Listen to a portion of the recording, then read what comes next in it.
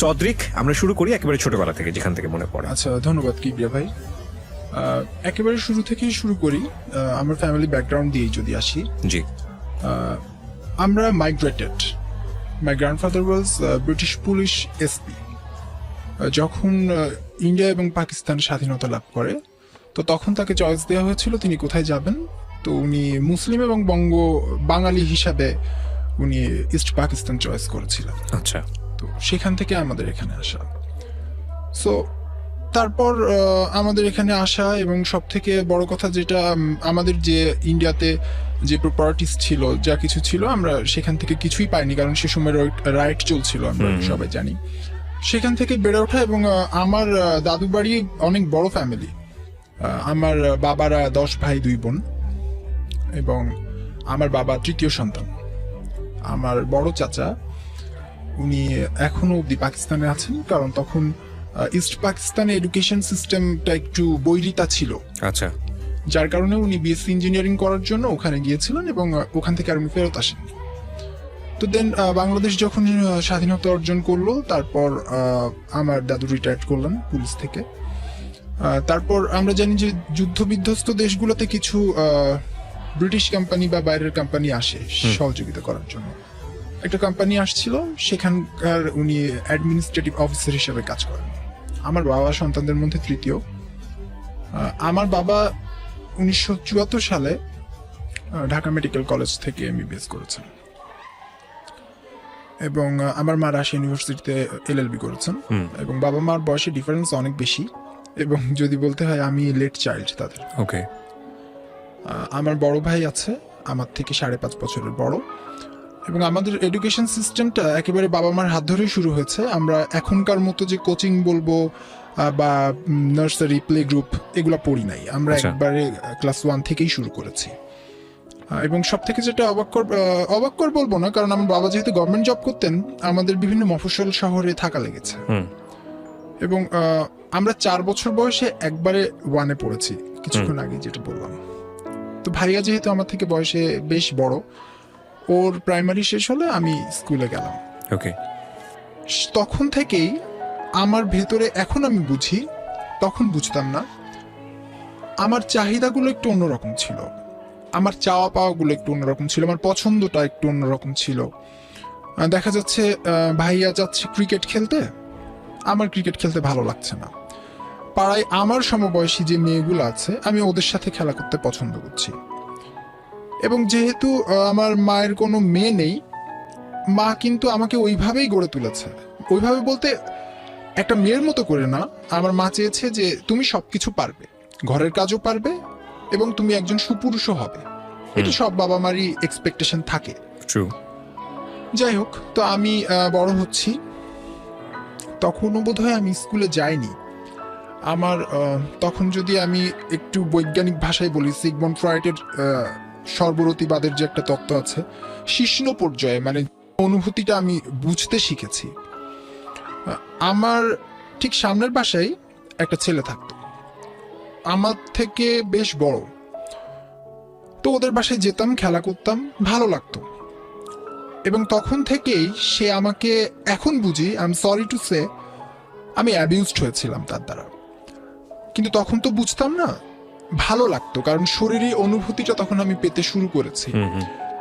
যার কারণে আমি বাড়িতে কখনো এটা শেয়ার করিনি, বা একটা লজ্জার ব্যাপার। ইভেন আমার এখনো মনে আছে, বাচ্চাদের সাধারণত আমরা যে এই যে বড় হয়েছি, তখন ডাইপার ছিল না, বা হচ্ছে আমরা ওই যে কি বলে ওটাকে, টার্কিসের জাঙ্গিয়া পরতাম, এইগুলা পরে আমরা বড় হয়েছি। আমার মনে আছে আমার মা কখনো আমাদেরকে কিছু না পরিয়ে গোসল করাননি, বা ফাঁকা জায়গায় গোসল করাননি। সো ওই বিষয়টা ছিল যে আচ্ছা ভাইয়ার সাথে আমার এটা হলো, এটা বাসায় বলবো, এটা তো একটা লজ্জার ব্যাপার। তো আমি বাসাতে শেয়ার করিনি। তো এরকম যাচ্ছে, একদিন আমি তাকে ইগনোর করলাম, আমার ওই ভাইয়াটাকে, আমি নাম বলছি না। ইগনোর করার পরে সে বিষয়টা মেনে নিল, কিন্তু বিকালে সে আমাকে বেড়াতে নিয়ে যেয়ে আমার হাতের ভিতরে কুলের কাটা, বড়ুয়ের কাটা ফুটিয়ে দিয়েছে। সেটাও আমি বাড়িতে বলিনি। কিছুদিন পরে ওই জায়গাটা পেকে গেছে, পেকে যে এখন ওটাকে অপারেশন করে কাটাটা সরাতে হবে। বাবা যেহেতু ডক্টর, বাবা বুঝেছে যে কাটাটা করতে হবে। যাই হোক, তারপরে আমি বাসায় আসার পরে আমাকে মা খুব আদর করেই জিজ্ঞাসা করলো, কি হয়েছে বলো তো, কে করেছে তোমার সাথে এরকম? তখন দেন আই ওয়াজ 3.5 years। তো আমি বললাম, ওনার নাম বললাম।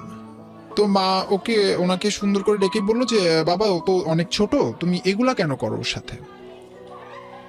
তো আমি জানি না কেন ওই ছেলেটা খুব একটা ওয়ার্ড ইউজ করে বলল যে এবং আমাদের সাথে, আমি তো বলেছি একটা মেয়েদের সাথে বেশি মিশতাম, আমার একটা বান্ধবীও ছিল, তাকেও সে অ্যাবিউজ করতো। খুব ভাবে ছেলেটা বলল যে আমার ওই বান্ধবীটার সাথে আমি একটা ফিজিক্যাল রিলেশনে যেতে চেয়েছিলাম। Then I was 3.5 years। Physical relation বলতে আমি কিছুই বুঝি না তখন, হোয়াট ইজ ওর ফিজিক্যাল বয়স কত? রিলেশন। সে আমার থেকে 7 বছরের বড় হবে। ওকে, 10-11 বছর। 10-11 বছর। তার মানে তার গ্রোথ আপ টাইমিংটা চলছে তখন। হাউএভার দেন একটা পারিবারিক কলহের সৃষ্টি হলো এই বিষয়টা নিয়ে। হ্যাঁ, ওই পরিবারের সাথে আমাদের পরিবারের। এবং যেহেতু তখন আমি অনেক ছোট ছিলাম এবং যে মেয়েটাকে জড়ানো হয়েছে ও আমার সাথে সমবয়সী, তো এটা নিয়ে এলাকার মানুষজন আর মাথা ঘামালো না যে এইটুক বাচ্চারা এগুলার আর কি বোঝে বা এটা কি হতে পারে। দেন ঠিক আছে, এগুলো হয়ে গেল। আমি আর ওই ভাইয়াটার সাথে মিশতামও না, আমাদের ইভেন আমাদের দুই ফ্যামিলির কথাও হতো না। একটা জিনিস জানিয়ে রাখি, ওই ভাইয়ার মা পরবর্তীতে আমি যে স্কুলে ভর্তি হয়েছিলাম, আমার স্কুলের টিচার ছিলেন, সরাসরি টিচার ছিলেন, হোয়াট এভার। তারপর পাড়ায় আরেকটা আমার বন্ধু ছিল, ছেলে বন্ধু। ও তখন আমি বোধহয় ক্লাস 2-তে পড়ি, বোধহয় না, আমি ক্লাস 2-তেই পড়ি তখন। তো খেলতে খেলতে ও একদিন আমার সাথে মানে আমার ফিজিক্যাল সেন্সিটিভ পয়েন্টে টাচ করেছে। এবং যেহেতু আমার প্রিভিয়াস মাইন্ডে ওটা আছে যে হ্যাঁ, অনুভূতিটা সুখকর, সো আমিও কিছু বলিনি। বিষয়টা আমার মা খেয়াল করেছে। খেয়াল করার পরে আমার মা বলছে যে এগুলো করতে হয় না বাবা, তুমি তো অনেক ছোট, অসুখ হবে। উনি জাস্ট এভাবে আমাকে বললেন। দেন তার 6 মান্থ পরে আমার বাবা ট্রান্সফার হয়ে আরেক জায়গায় চলে আসলাম। সো ওই পার্ট লাইফের আমার ওখানেই শেষ হয়ে গেল। এবারে এসে আমরা যেখানে আমার বাবা ট্রান্সফার হলেন, সেটা খুবই মফস্বল শহর। এবং আমার এখনো মনে আছে, ওখানে যখন আমাদের বাড়ি শহরে, মানে আমাদের গ্রামের বাড়ি, ওখান থেকে যখন কোনো রিলেটিভরা যেত, তো তারা শপিং করে নিয়ে যেত। মানে এতটাই গ্রাম ছিল, ওখানে একটা নির্দিষ্ট টাইমের পরে কোনো কিছু পাওয়া যেত না। তো আমরা গভর্নমেন্ট কোয়ার্টারে থাকতাম এবং বাইরে বাসা পাওয়া খুবই রেয়ার ছিল।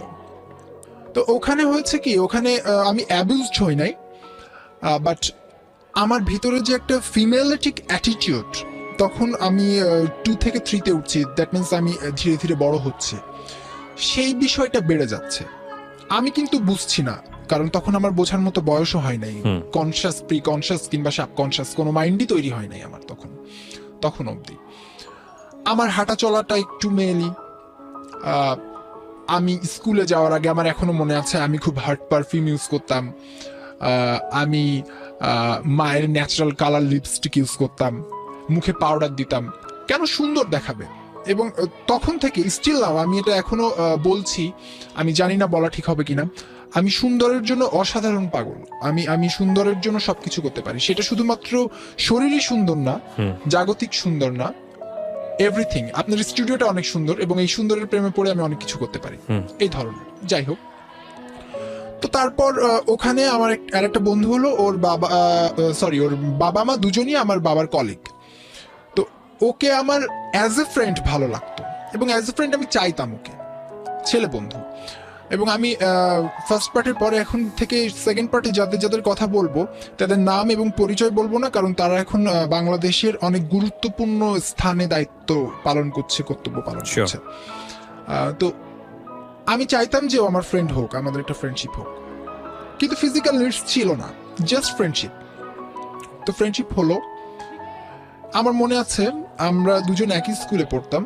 স্কুল ছুটির পরে যখন আমরা আসতাম, যেহেতু ওর মাও জব করতো, ওর মা ডিউটিতে থাকতো, ও আমাদের বাসাতে আসতো এবং আমার মা আমাদের দুইজনকে একসাথে গোসল করিয়ে, একসাথে মুখে তুলে খাইয়ে, একসাথে আমরা দুপুরে ঘুমিয়েছি। আমার এখনো মনে আছে, যেটা এখন খুব রেয়ার। এখনকার মায়েরা এগুলা প্রশ্রয় দেয় না, একরকম ভালোই হয়তো। যাই হোক, তো দেন একদিন হঠাৎ করে আমি বলেছি প্রথমে যে ওটা খুব মফস্বল এরিয়া ছিল, ওখানে রিক্সা ছিল না, ভ্যান ছিল, ভ্যান গাড়ি। তো আমি আর আমার বাবা ভ্যানে করে আসছি, এবং আমার ছোটবেলা থেকে বাজারে ঘোরার খুব একটা শখ ছিল, যে বাবা কেন, ভাইয়া তখন আমাদের ফ্যামিলিতে, ভাইয়ের এসএসসি কমপ্লিট হয় নাই, ইট ওয়াজ 2003 অর ফার্স্ট অফ 2004 এরকম হবে। তো বাবা আমাকে নিয়ে গেছে বাজারে, যে ঠিক আছে আজকে তুমি চলো। তো আমি বাবার সাথে আসছি ভ্যানে করে, আমাদের কোয়ার্টারের ভিতরে যখন ভ্যানটা ঢুকলো আমি দেখলাম যে ও অন্য বাচ্চাদের সাথে খেলা করছে। আমি ওকে নাম ধরে ডাকলাম, তো কোনো রেসপন্স করলো না। দেন বাবা বললো যে কি ব্যাপার, তোমার তো সব থেকে ভালো বন্ধু, ঝগড়া করেছো? আমি বললাম না, কিছুই তো হয়নি। দেন ও অন্য বন্ধুদেরকে বলল, আমি তো অদ্রিকের সাথে অভিনয় করেছি এতদিন, actually we have no friendship. সে কথাটা এখন আমার কানে বাজে, এবং আমি এস্টাবলিশ বলবো না, আল্লাহর ইচ্ছা এবং গুরুজনদের আশীর্বাদে আজকে আমি যেখানে আছি, I am happy with my self. ওখান থেকে আমার একটা চাওয়া ছিল যে আসলেই আমি একদিন খুব বড় অভিনেতা হব। ও যখন আমার সাথে অভিনয় করেছে এই কথাটা বলেছিল। তারপর যখন আমি ক্লাস 5-6 পড়ি, তখন থেকে মেয়েদের প্রতি আমার একটা অ্যাট্রাকশন জন্মালো। সেটা কিভাবে জন্মালো? আমরা যখন ছোট ছিলাম তখন কিন্তু এই যে বিষয়গুলো এখন আমরা ইউটিউবের মাধ্যমে খুব অ্যাভেলেবল, এগুলা ভিউ কার্ড আকারে কিংবা বই আকারে পাওয়া যেত, কিংবা এলাকার কোনো বড় ভাই বা বড় আপুরা দায়িত্ব নিয়ে পাকিয়ে দিত আমাদেরকে। এইভাবে আমি হয়তো ঘুমাতে যাচ্ছি, আমি ভাবতাম ও আমার এই বান্ধবীটার সাথে যদি আমার একটা রিলেশনশিপ হতো, কিংবা আমার বান্ধবীটা তো অনেক ভালো গান করে, আমিও ভালো গাই, তাহলে ওকে আমি একদিন প্রপোজ করেই ফেলবো। তখন আমি 5 কি 6 পড়ি, মানে জাস্ট পাগলামি আর কি, রিলেশনশিপের কিছু না। এইভাবে যাচ্ছে। তো ওই আমার লাইফের এই সেকেন্ড পিরিয়ডটাতে কারোর সাথে আমার কোনো রকম ফিজিক্যাল রিলেশনশিপ বা মেন্টাল রিলেশনশিপ কিছুই হয় নাই। আমি ক্লাস 5 পড়ি, দেন আমার বাবা আবার ট্রান্সফার হয়ে চলে আসলেন। এবার যেখানে আসলেন সেখানে প্রবলেমটা কি, মফস্বল শহরগুলোতে যেটা হয়, ছেলে মেয়েরা না একটু লেট করে স্কুলে যায়, যার কারণে দেখা যায় আমার যারা ব্যাচমেট তারা আমার থেকে বয়সে বেশ বড়, এবং ওরা যেটা বুঝছে সেটা ফিজিক্যালিটি হোক, পলিটিক্স হোক, আদার্স যেটাই হোক, আমি কিন্তু সেটা বুঝছি না, কারণ ওরা আমার থেকে বয়সে সিনিয়র। আমরা যে বাড়িটাতে থাকতাম সেই বাড়িতে বাড়িওয়ালার একটা ছেলে একটা মেয়ে, ছেলেটা আমার ভাইয়ার থেকে সিনিয়র, মেয়েটা আমার থেকে অল্প সিনিয়র, মাসের বড়। তো আমি তখন মাত্র ক্লাস 6 পড়ি, 5 থেকে 6 উঠেছি। তো এলাকার সবাই মজা করতো যে ওই মেয়েটার সাথে আমার একটা রিলেশনশিপ আছে, এরকম এরকম। আবার কেউ কেউ বলতো ওর রিলেশনশিপ থাকবে কি করে, ও নিজেই তো একটা মেয়ে, আমাকে সবাই এরকম কেন বলছে, আমি তো মেয়ে না। এবং আমার ভেতরে একটা জেদও জন্মাচ্ছে যে না, আমাকে চেঞ্জ হতে হবে। এবং আমি যখন ক্লাস 5 পড়ি তখন আমার বড় ভাই আর এসএসসি কমপ্লিট হলো, ও মফস্বল থেকে আমাদের জেলা শহরে চলে আসলো, কলেজ কন্টিনিউ করবে, অ্যান্ড হি ইজ সো ম্যারিটোরিয়াস। এবং আজকে আমি এখানে আছি ও এবং আমার মায়ের জন্য বেসিক্যালি। ও আমাকে সবসময় বলতো যে ভাইয়া তোকে চেঞ্জ হতে হবে, তোকে চেঞ্জ হতে হবে, কারণ আমাদের সোসাইটি তোকে নিবে না, তুই ছোটবেলায় যেটা করেছিস সেটা ভুলে যা। আমি তখন অনেক কিছু নিজের সাথে বলার চেষ্টা করলাম, সেই এই যে তখন আমি ক্লাস 6 পড়ি, I have 10 years old, I'm 10 years old then. আমাকে কি কি চেঞ্জ করতে হবে? ফার্স্ট অফ অল আমাকে আমার হাঁটা চেঞ্জ করতে হবে, যেটা কিনা আমার হাতে আছে। আমি প্র্যাকটিস করলাম, অনেকটা চেঞ্জ হলো। ওখানে যে আমার তো আমার একটা বড় ভাই ছিল আমার থেকে 1 ক্লাস উপরে পড়ে, তো উনি আমাকে ওই যে বয়সন্ধিকালের যে ব্যাপারগুলো থাকে, ফিজিক্যালিটি সম্পর্কে একটা ওটাকে কি বলে, একটা বিষয় কাজ করে যে জানতে চাওয়া। দেন এই ব্যাপারগুলো আমার লাইফে এমন ভাবে ঘটেছে যেটা সাধারণত হয় না কারোর সাথে, এইভাবে ঘটছে, এবং আমি ফ্যামিলিতে বলছি না। তো যাই হোক, একটা পর্যায়ে এসে আমার তখন আপনি কোন ক্লাসে পড়ছেন? তখন আমি ক্লাস 7 পড়ি। ক্লাস 7 পড়েন, ওকে। এবং আমি যার সম্পর্কে কথা বলছি উনি ক্লাস 8 পড়েন। আচ্ছা। এবং আমি যে বাসাতে থাকি, যে মেয়েটাকে নিয়ে সবার একটা সন্দেহ বা অন্য কিছু কাজ করে, ও তখন আমি 7 ও 6 পড়ে আমার থেকে। She was your friend? Just friend, okay. এবং আমরা মনে আছে ওই যে মাংস চুরি, রুমাল চুরি, এগুলোও খেলেছি একসাথে। যাই হোক, তো দেন হঠাৎ করে কি হলো, আমি একটা খুব ব্যাড সার্কেলের সাথে মিশে গেলাম, কারণ আমি কোনো সঙ্গ পাচ্ছি না। আমার ভাইয়া তো চলে গেছে, তখন আমি ক্লাস 5-এ পড়ি। মাঝে মধ্যে বাড়িতে আসে, সঙ্গ পাচ্ছি না, এবং আমি একটা খুব ক্রাইমের দিকে চলে গেলাম। সেটা কি, আমাকে খুব জোর করে বলা হলো যে তুমি আমাদের সাথেই থাকবে, তোমার যা যা প্রবলেম হয়, তারাও আমার স্কুলেই পড়তো, যা যা প্রবলেম হয় সবকিছু আমরা সলভ করব, তোমার যেখানে যে সমস্যা হবে you have to contract with us and we are solve this, okay. তো তারা আমাকে নিয়ে সিনেমা হলে গেল। তো I am sorry to say Bangla সিনেমার অবস্থা তখন খুব একটা ভালো না। তো সেখানে আমার সাথে আর একটা জগতের পরিচয় ঘটলো। তারপরে এভাবে তাদের সাথে আমি ঘুরি, আমি ওই এলাকার সবকিছু চিনি যেটা আমার বাবাও চিনে না, আমিও সেই এলাকা চিনি। এবং আমার একটা সাইকেল ছিল, আমার মনে আছে আমি সাইকেল চালিয়ে পুরো এলাকা ঘুরে বেড়াই। পড়াশোনা তো একেবারে গেছে, আমি ফেল করছি। আপনার এই বিষয়গুলো কি নোটিস করছে না ফ্যামিলি থেকে কেউ? হ্যাঁ, আমি আসছি সেখানে, আমি আসছি। আমি প্রমোশন পাচ্ছি না, তো যেহেতু আমি ফেল করেছি, প্রমোশন পাবো না। ভাইয়ারা আমাকে বলেছে আমাকে বলবে, আমি হেল্প করব। তো ভাইয়ারা অন্য আরেকজনের একটা আমার ফ্রেন্ডের মার্কশিটটা নিয়ে সুন্দর করে ওর নামের জায়গায় ফ্লুইড দিয়ে আমার নামটা বসে ফটোকপি করে বলছে এটা তোর বাসায় দেখাস, কোনো সমস্যা নেই। এবং গ্রামের স্কুলগুলোতে যেটা হয়, দু একটা সাবজেক্টে ফল করলে ওরা প্রমোশন দিয়ে দেয়, রোলটা হয়তো পিছের দিকে আসে। তো বাসার থেকে তো বুঝছেই যে আমি খারাপ হয়ে যাচ্ছি বা ওই দিকে যাচ্ছি, বাসাতে সময় দিচ্ছি না, পড়ি না। এবং এখনো আমার যেটা মনে হয় যে আমি তখন পড়তাম, আমার সামনে বইটা থাকতো, কিন্তু আমার মনটা থাকতো অন্যদিকে, যে আমি কখন বের হবো, ওনাদের সাথে দেখা করবো। তো এরকম করতে করতে একদিন ওখানে খুব পরিচিত একটা নদী আছে, এবং নীলকুঠির, নীলকররা যখন ছিলেন তাদের একটা নীলকুঠি আছে, ওখানে নিয়ে যেয়ে সেই ভাইয়াগুলো আমাকে বলছে অনেকদিন তো তোমার সাথে সম্পর্ক, এবং তুমি তো জানো আমরা কি করতে পারি আর কি করতে পারি না, একটা কাজ করতে হবে তোমাকে। আর আমাদের কথা যারা না শোনে তাদেরকে আমরা মেরে বস্তাই করে এই নদীতে ফেলে দিই। আমি আগে বলেছি যে আমি অনেক অল্প বয়সে স্কুলে ভর্তি হয়েছি, আমার ভিতরে একটা ভয় কাজ করেছে যে আমাকে করতে হবে। কি কাজ?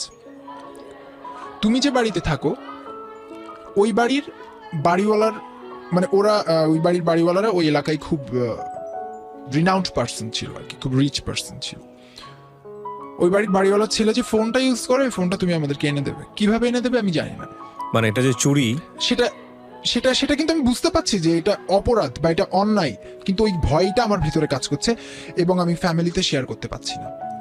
এটা ছিল আমার লাইফে সব থেকে বড় ভুল, যে আমার ফ্যামিলি তখন আমার ফ্রেন্ড ছিল না। মানে একটা বাচ্চার না, যে কোনো বয়সে একটা মানুষ যাই করুক, তার ফ্যামিলি যদি জানে, আমার মনে হয় তাহলে কোনো সমস্যা হয় না, হোয়াট এভার। তো কাজটা আমি করেছিলাম এবং কাজটা করার পরে আমি ধরা পড়েছিলাম। কেন? তখন আমি যখন কাজটা করি তখন আমি ছাড়া আর কেউ ছিল না ওই রুমে। তো এটা খুবই জানা কথা যে ওই করেছে। সেটা ফোনটা উদ্ধার করা হলো, এবং আমি এখনো খুব প্লিজড আমার সেই বাড়িওয়ালা আঙ্কেল এবং আন্টির কাছে। আন্টি অনেক অসুস্থ, আল্লাহ তাআলা ওনাকে সুস্থ করে দিক। ওনারা আমাকে কিছু বলেনি, ওনারা শুধুমাত্র বলেছিল ও তো একটা বাচ্চা ছেলে। আর আমার বাবাকে বলেছিল যে আপনার ছেলেকে একটু গাইড করেন। এটা আমার বাবার খুব লেগেছিল, কারণ সে অনেক বড় একটা ফ্যামিলি বিলংস করে এবং সে অনেক বড় একটা স্ট্যাটাস বিলংস করে, এটা তার লেগেছিল। এবং যার ফোনটা আমি নিয়েছিলাম, মানে বাড়িওয়ালার ছেলে, ওই ভাইয়া তখন হচ্ছে বাংলাদেশে ক্যামেরা ফোন খুব নতুন আসছে, এবং ওই ভাইয়ের ফোনটা ছিল খুব নর্মাল ফোন। ওই ভাইয়া করতো কি, সিমটা হয়তো সরিয়ে ফেলে সরাসরি বাবার অফিসে চলে যেত, যে বলতো আঙ্কেল এই যে দেখেন ও কি করেছে, আমার ফোনে কাজ করছে না, এই ধরনের অ্যাটিটিউড করতো। তো বাবাও আমার প্রতি অনেক রেগে থাকতেন, বাবা কথা বলতেন না, মারতেন, বা হচ্ছে আমার ব্যাপারে মা কিছু বললে বাবা বলতেন আমি জানি না, তোমার ছেলে তুমি দেখো, এই ধরনের। স্বাভাবিক, খুবই স্বাভাবিক। আমি এখন এই বয়সে এসে মনে করি আমি বাবা হলে আমিও হয়তো এটা করতাম। আমার মনে আছে একদিন আমি আমার বাবাকে হাতে একটা রড দিয়ে বলছি এরকম না করে একবারে মেরে ফেলো, সেটাই বোধহয় বেটার, হোয়াট এভার। তো তখন আমি রাস্তাও বেরোতে পারতাম না, সবাই আমাকে মোবাইল চোর বলতো, স্কুলেও যেতে পারতাম না। আমার মনে আছে এই ঘটনা ঘটার দুদিন, এবং আমি আর একটা জায়গায় স্কিপ করে গেছি। তখন আমাদের নেইবার যে ছিল, আমরা যে ফ্ল্যাটে থাকতাম, পাশের বাসার যে আঙ্কেল ছিলেন, উনি আমার বাবার কলিগ ছিলেন। আঙ্কেল আমার বাবাকে ডেকে বললেন যে ছেলেটা ওকে দিয়ে কাজটা করিয়েছে, আমি আর আপনি চলেন ওদের বাসায় যাই, যে ওর বাবাকে বলি। এবং আমার বাবার কাছ থেকে বাড়িওয়ালা আঙ্কেল কিছু পরিমাণ অর্থ নিয়েছিল ফোনটা সারানোর কথা বলে। দ্যাট ডাজন্ট ম্যাটার, হতেই পারে, আমরা যে ওই বাসায় স্টে করতে পেরেছি এটাই অনেক, হোয়াট এভার। তো সামাজিক দিক থেকে আমি অনেক হেয় হয়ে গেলাম। এবং পাশের বাসার যে আন্টি, একটু আন্টিদের কথাটা না বললে আমি পাচ্ছি না, কারণ আমার লাইফে ওনাদের অনেক প্রভাব পড়েছে। আন্টির 4 মেয়ে 1 ছেলে এবং 4 জনই, ওনারা 5 ভাই বোনই ঢাকা ইউনিভার্সিটিতে পড়তো। তখন আমি কিছুই বুঝতাম না, এবং আপুদের বিয়ে হওয়া থেকে শুরু করে বাবু হওয়া পর্যন্ত সবসময় আমি ছিলাম। দেখা যেত যে আপু অফিস থেকে আসলে আমি গেটের সামনে বলতাম, আপু আমার জন্য কি এনেছেন? তো আপু কিছু না কিছু একটা নিয়ে আসতো। বা একদিন বলতাম, আপু আমি আপনার সাথে স্কুলে যাবো। হ্যাঁ ঠিক আছে। কিংবা আপু তখন বিসিএস পরীক্ষা দিবে, এই আমার অদ্রিক আমার মাথাটা একটু মেসেজ করে দিত। মানে খুবই ফ্যামিলিক্যাল রিলেশন। এবং আপুদের সাথে যখন বাইরে যেতাম, আপুরা সবসময় পরিচয় দিত আমার ছোট ভাই। দেখা যাচ্ছে ওনাদের সাথে 8 বছর পরে একজনের দেখা, আমি আছি আপুর সাথে, বলছে ওটাকে, আপু বলছে আমার ছোট ভাই। তো সে আবার বলছে কবে হলো, হয়েছে কিছুদিন আগে। মানে তারা আমাকে একেবারে ফ্যামিলির মতো করে দেখতো। এবং এই ঘটনা যখন ঘটলো, তখন ছোট আপু ঢাকা ইউনিভার্সিটিতে পড়ে। আপু কোনোভাবে বিশ্বাস করেনি। আপু আমার বাসায় এসে আমার মাকে বলছে, আন্টি আমার মনে হয় অদ্রিক এটা করেনি, কেউ করে ওর নামে দোষ দিচ্ছে। এবং ওই ফ্যামিলি সেই টাইমে আমাকে খুবই সাপোর্ট দিয়েছে। আন্টি মাকে বললেন যে ওকে কিছুদিন স্কুলে পাঠাবেন না, কারণ এই এলাকার মানুষদেরকে তো চিনি, মানে মফস্বলে একটু ভিলেজ পলিটিক্স চলে, I am sorry to say, ও কিন্তু স্টে করতে পারবে না। আমার মনে আছে আমি এই ঘটনার পরে ফার্স্ট যেদিন স্কুলে গেলাম, আমারই একটা ক্লাসমেট, সে হচ্ছে অ্যাক্টিং করে বলছে, হ্যালো একটা মোবাইল চুরি হয়েছে। আমি তখন ক্লাসেও ঢুকি নাই, আমি করিডোর দিয়ে যাচ্ছি। তা আমি বুঝলাম যে সম্ভব না এখানে থাকলে আমি। অ্যান্ড সেই বয়সে আমি সুইসাইড অ্যাটেম্প করছিলাম। আমাকে কেউ বোঝেনি তখন, কেউ, মানে আমি বোঝাইতে পারিনি, হোয়াট এভার। এবং তার কিছুদিন পর আমার ওই স্কুলে ক্লাস 6-এ একটা ছেলে ভর্তি হলো, আমি ওর নামটাও বলছি না। ওকে আমার ভালো লাগা শুরু করলো অ্যাজ এ ফ্রেন্ড। এবং ফ্রেন্ডশিপে আমি তখন থেকে বয়সটাকে খুব একটা গুরুত্ব দিই না, ফ্রেন্ডশিপ হতেই পারে, জুনিয়র ফ্রেন্ড বা সিনিয়র ফ্রেন্ড। তো ওর সাথে আমার খুব ভালো রিলেশনশিপ, আমি ওকে খুব আদর করি, নিজের ছোট ভাইয়ের মতো আদর করি। ওর বার্থডেতে তখন ভিসিডি খুব চলতো, ওর ফেভারিট হিরোকে তার একটা ওই যে বেস্ট অফ গিফট করলাম, এই টাইপের একটা রিলেশন। তো একদিন কেন জানি না হঠাৎ করে আমরা বিকালে ঘুরতে গিয়েছি,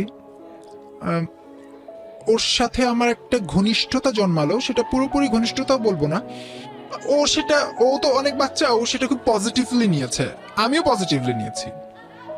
তো গেল তার 1 থেকে 1.5 মাসের মাথায়, তখন আমি ক্লাস 9-এ উঠেছি। হ্যাঁ ক্লাস 9-এ উঠেছি, 9-এর মাঝামাঝি। স্কুল থেকে আসছি, এসে দেখলাম যে আমাদের বাসার দরজা লকড, পুরা লকড। তো পাশের বাসার যে আন্টির কথা বললাম, আমাকে নিজের ছেলের মতো ভালোবাসতেন ওনারা, তো আন্টি আমাকে বললেন যে আয় আমার এখানে এসে ফ্রেশ হ, গোসল কর, খাওয়া দাওয়া কর, তোর বাবা মা আমাদের যে জেলা শহর ওটার কথা বললো, ওখানে গেছে। কেন? তো বললো যে তখনও আমাদের বাসায় একটা মাত্র ফোন, মোবাইল ফোন আসছে বাংলাদেশে নতুন। তো বললো যে তোর বাবা ট্রান্সফার হয়ে গেছে, তো তোর বাবা চাচ্ছে না এখান থেকে যেতে, যদি সুপারিশ করে এখানে আবার থাকা যায়, সেটার কারণে গেছে। তা আমার খুব খারাপ লাগলো। এবং ওই দিন খুব আশ্চর্যজনক কিছু ঘটনা ঘটেছে। আমি স্কুল থেকে আসার সময় কিছু মানুষের সাথে আমার দেখা হয়েছে, যাদের সাথে আমার প্রায় 7-8 মাস দেখা হয় না, কেন জানি তাদের সাথে দেখা হয়ে গেছে। তো আমি আন্টির ওখানে খাওয়া দাওয়া করলাম, খাওয়া দাওয়া করে আন্টিকে বললাম, আন্টি আমাকে 10টা টাকা দিবেন। এবং একটা জিনিস কি প্রিয়া ভাই, খুব ভালো, এটা আমার ফ্যামিলির আমি বলবো, আমার বাবা কখনো আমাদের হাতে না নগদ অর্থ দিতেন না।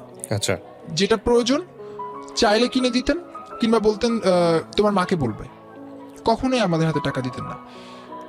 আমি যখন কলেজেও পড়ি, তখন আমি বাসার থেকে এসে কলেজ করতাম, আমার বাসা থেকে কলেজে আসার যে গাড়ি ভাড়া, সেটাই আমার হাতে দেওয়া হতো, এর থেকে 10 টাকা বেশিও কখনো দেওয়া হতো না, যাতে উল্টাপাল্টা কোনো কিছু না করি। যাই হোক, আন্টির কাছ থেকে টাকা নিলাম, টাকা নিয়ে বাইরে তখন পল্লী সেবা ফোন বলে গ্রামীণ ফোনের একটা ইয়ে চালু ছিল, আমি ওখান থেকে মাকে ফোন দিলাম যে মা কি হয়েছে, এরকম এরকম।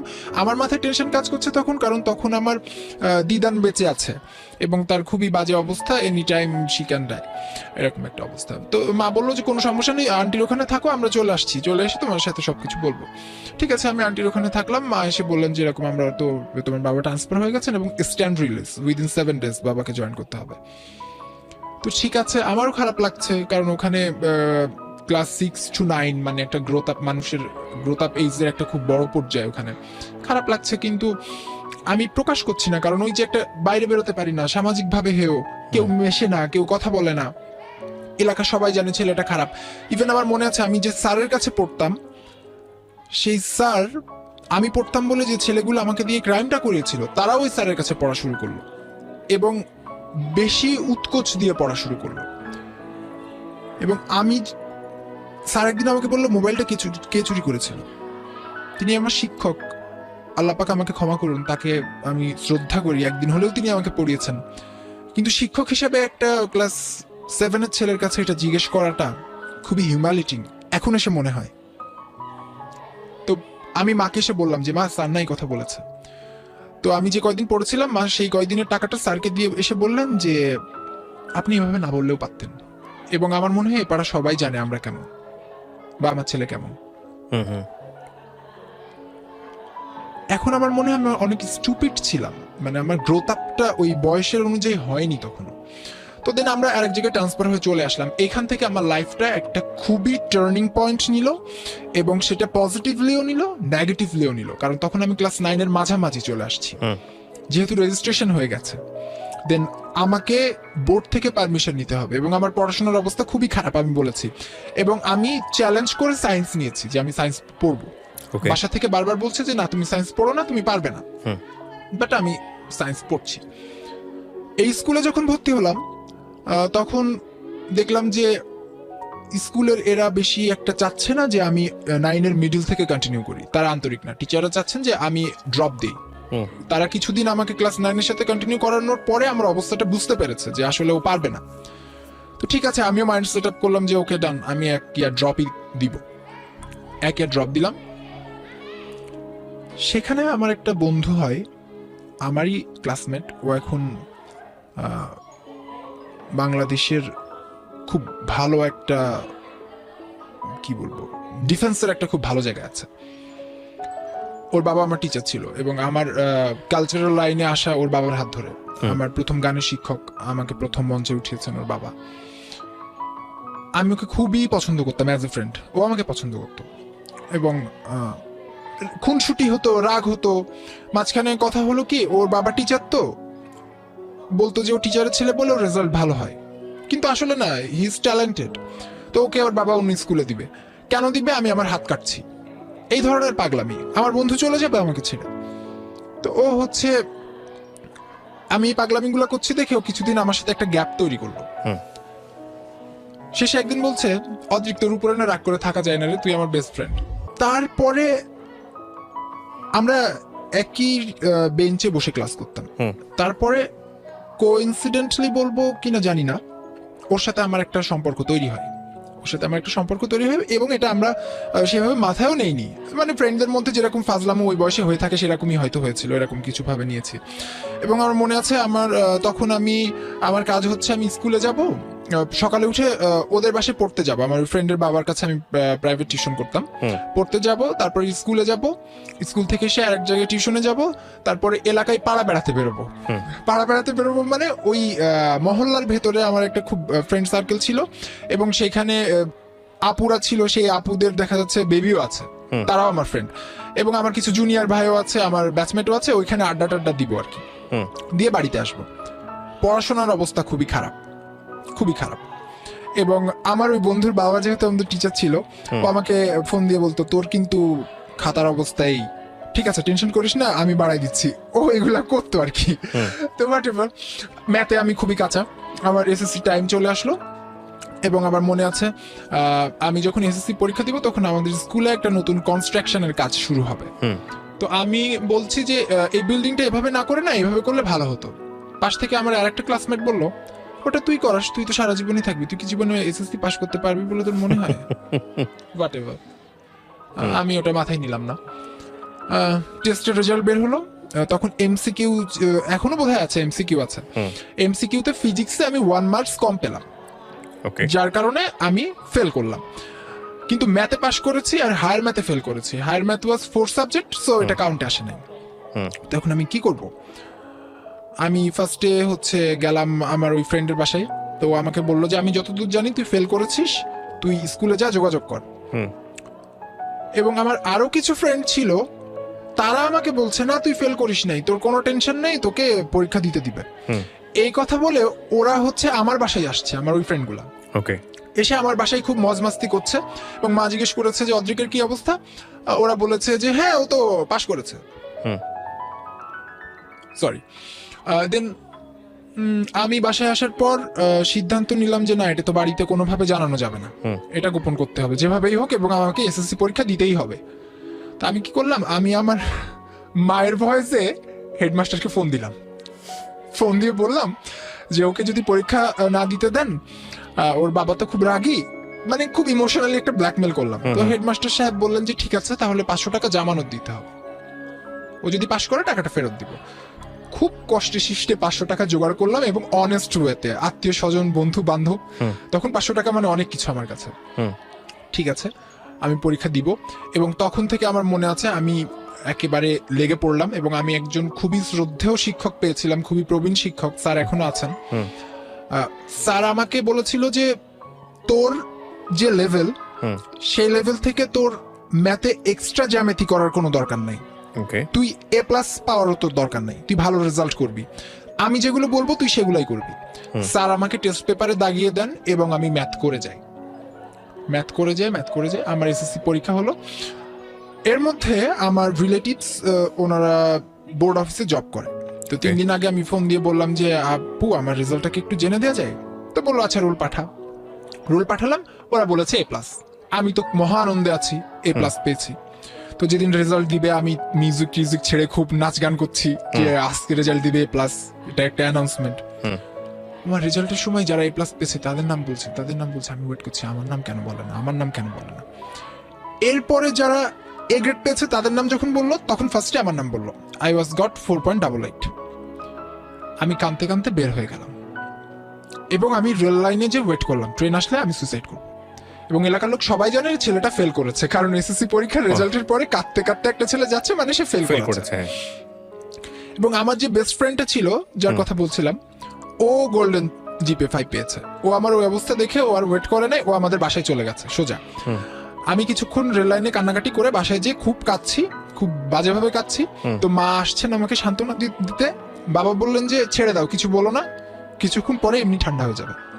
তো আমি কাঁদতে ঘন্টা 3 কাঁদলাম, কেঁদে উঠে দেয়ালে 2টা ঘুষি মারলাম, মেরে বললাম কি ফেল করেছে নাকি, আমি কাঁদছি কেন, স্টুপিড, এই কথা বলে আমি হাত মুখ ধুয়ে ফ্রেশ হলাম। এবং আমার মনে আছে আমার ওই ফ্রেন্ড, ও যে গোল্ডেন জিপিএ 5 পেয়েছিল, ও সেটা এনজয় না করে সারাদিন আমার সাথে ছিল, আমার মন খারাপ। তারপরে কলেজে ভর্তি হতে হবে। তো আমি তখন সিদ্ধান্ত নিয়েছি যে না বাবা, অনেক হয়েছে, সায়েন্স আমাকে দিয়ে আর হবে না, আমি আর্টস পড়বো। ঠিক আছে, এখন আর্টস কোথায় পড়বো? আমাদের ওখানে 2টা কলেজ আছে, একটা হচ্ছে গভর্নমেন্ট কলেজ আর একটা হচ্ছে সেনা অধ্যুষিত কলেজ। তো সেনা অধ্যুষিত কলেজগুলোতে সাধারণত খুব ট্যালেন্ট ছেলেমেয়েরা ভর্তি হয় এবং তাদের রেজাল্টও ভালো হয়। আমার ওখানে ইচ্ছা ছিল না, একেবারে ইচ্ছা ছিল না। তো আমার এই যে বেস্ট ফ্রেন্ড, ওকে ওর বাবা ঢাকা পাঠাবে। একটা জায়গায় স্কিপ করে গেছি, কি প্রিয়া ভাই, সেটা হচ্ছে এখন আমার কাছে অবাক লাগে, আমি আমার বুদ্ধি হওয়ার পরে প্রথম ঢাকা এসেছি 2011-এ, আমার এসএসসি পরীক্ষার পর, এবং আমার ওই বেস্ট ফ্রেন্ডটা ছিল আমার সাথে। তো ওর বাবা আমাকে একদিন ফোন দিয়ে বললো যে অজিত তুই একটু স্কুলে আয়। তো আমি গেলাম। আমার ফ্রেন্ড তো তখন ঢাকাতে কোচিং করছে, ঢাকার কোনো কলেজে ভর্তি হবে, নামকরা কলেজে, এবং পরে ও রাজুক থেকে পাশ করেছে। বললো যে ও তো ঢাকাতে ওকে ভর্তি করবো, তারপরে বাই চান্স বলা যায় না, যদি ঢাকাতে না হয় তুই এক কাজ কর, সেনা অধ্যুষিত যে কলেজটা আছে তুই যা একটু, আমি তোকে সব খরচ টরচ সব দিয়ে দিচ্ছি, ওর নামে একটা ফর্ম তুলে নিয়ে। তখন তো ফর্ম ফিল আপ করে আমাদের ভর্তি হতে হতো ওই টাইমটাতে।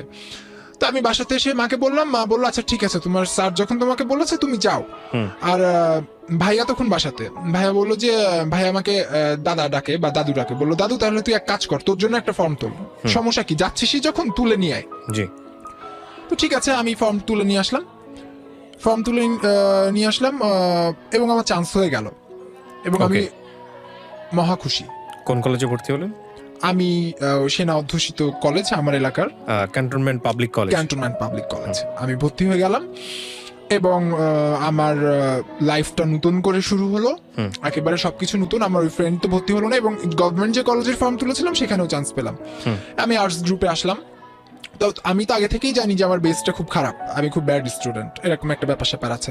এবং এই ক্যান্ট পাবলিক কলেজগুলোতে কি হয়, ইউনিভার্সিটির মতো তারা ওই টিউটোরিয়াল পরীক্ষা অ্যাটেন্ডেন্স কাউন্ট করে একটা মার্ক 100 মার্কের পরীক্ষাকে 70-তে কনভার্ট করে তারা হচ্ছে ইয়ে করে।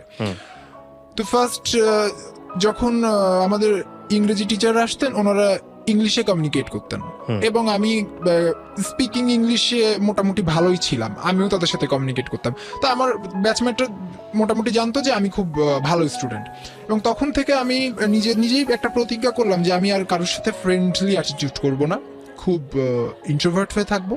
তো একদম আমি লাইব্রেরিতে বসে পড়ছি, আমার একটা ফ্রেন্ড বলছে যে তোমার সাথে পরিচিত হতে পারি?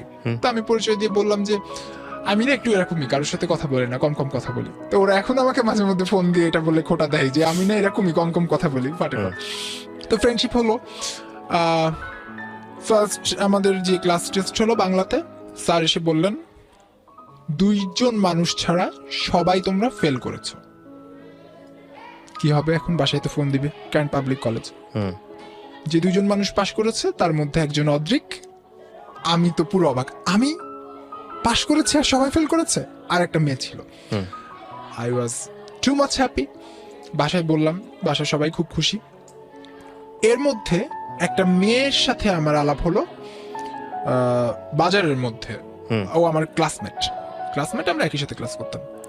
সে আমাকে বললো আমরা কি ফ্রেন্ডশিপ করতে পারি? তো আমি বললাম অবশ্যই, কিন্তু এর বাইরে কিছু না, তখন বলেছিলাম। তো ও হ্যাঁ ঠিক আছে, কিন্তু আমি বুঝেছি পরে যে শি লাইকস মি।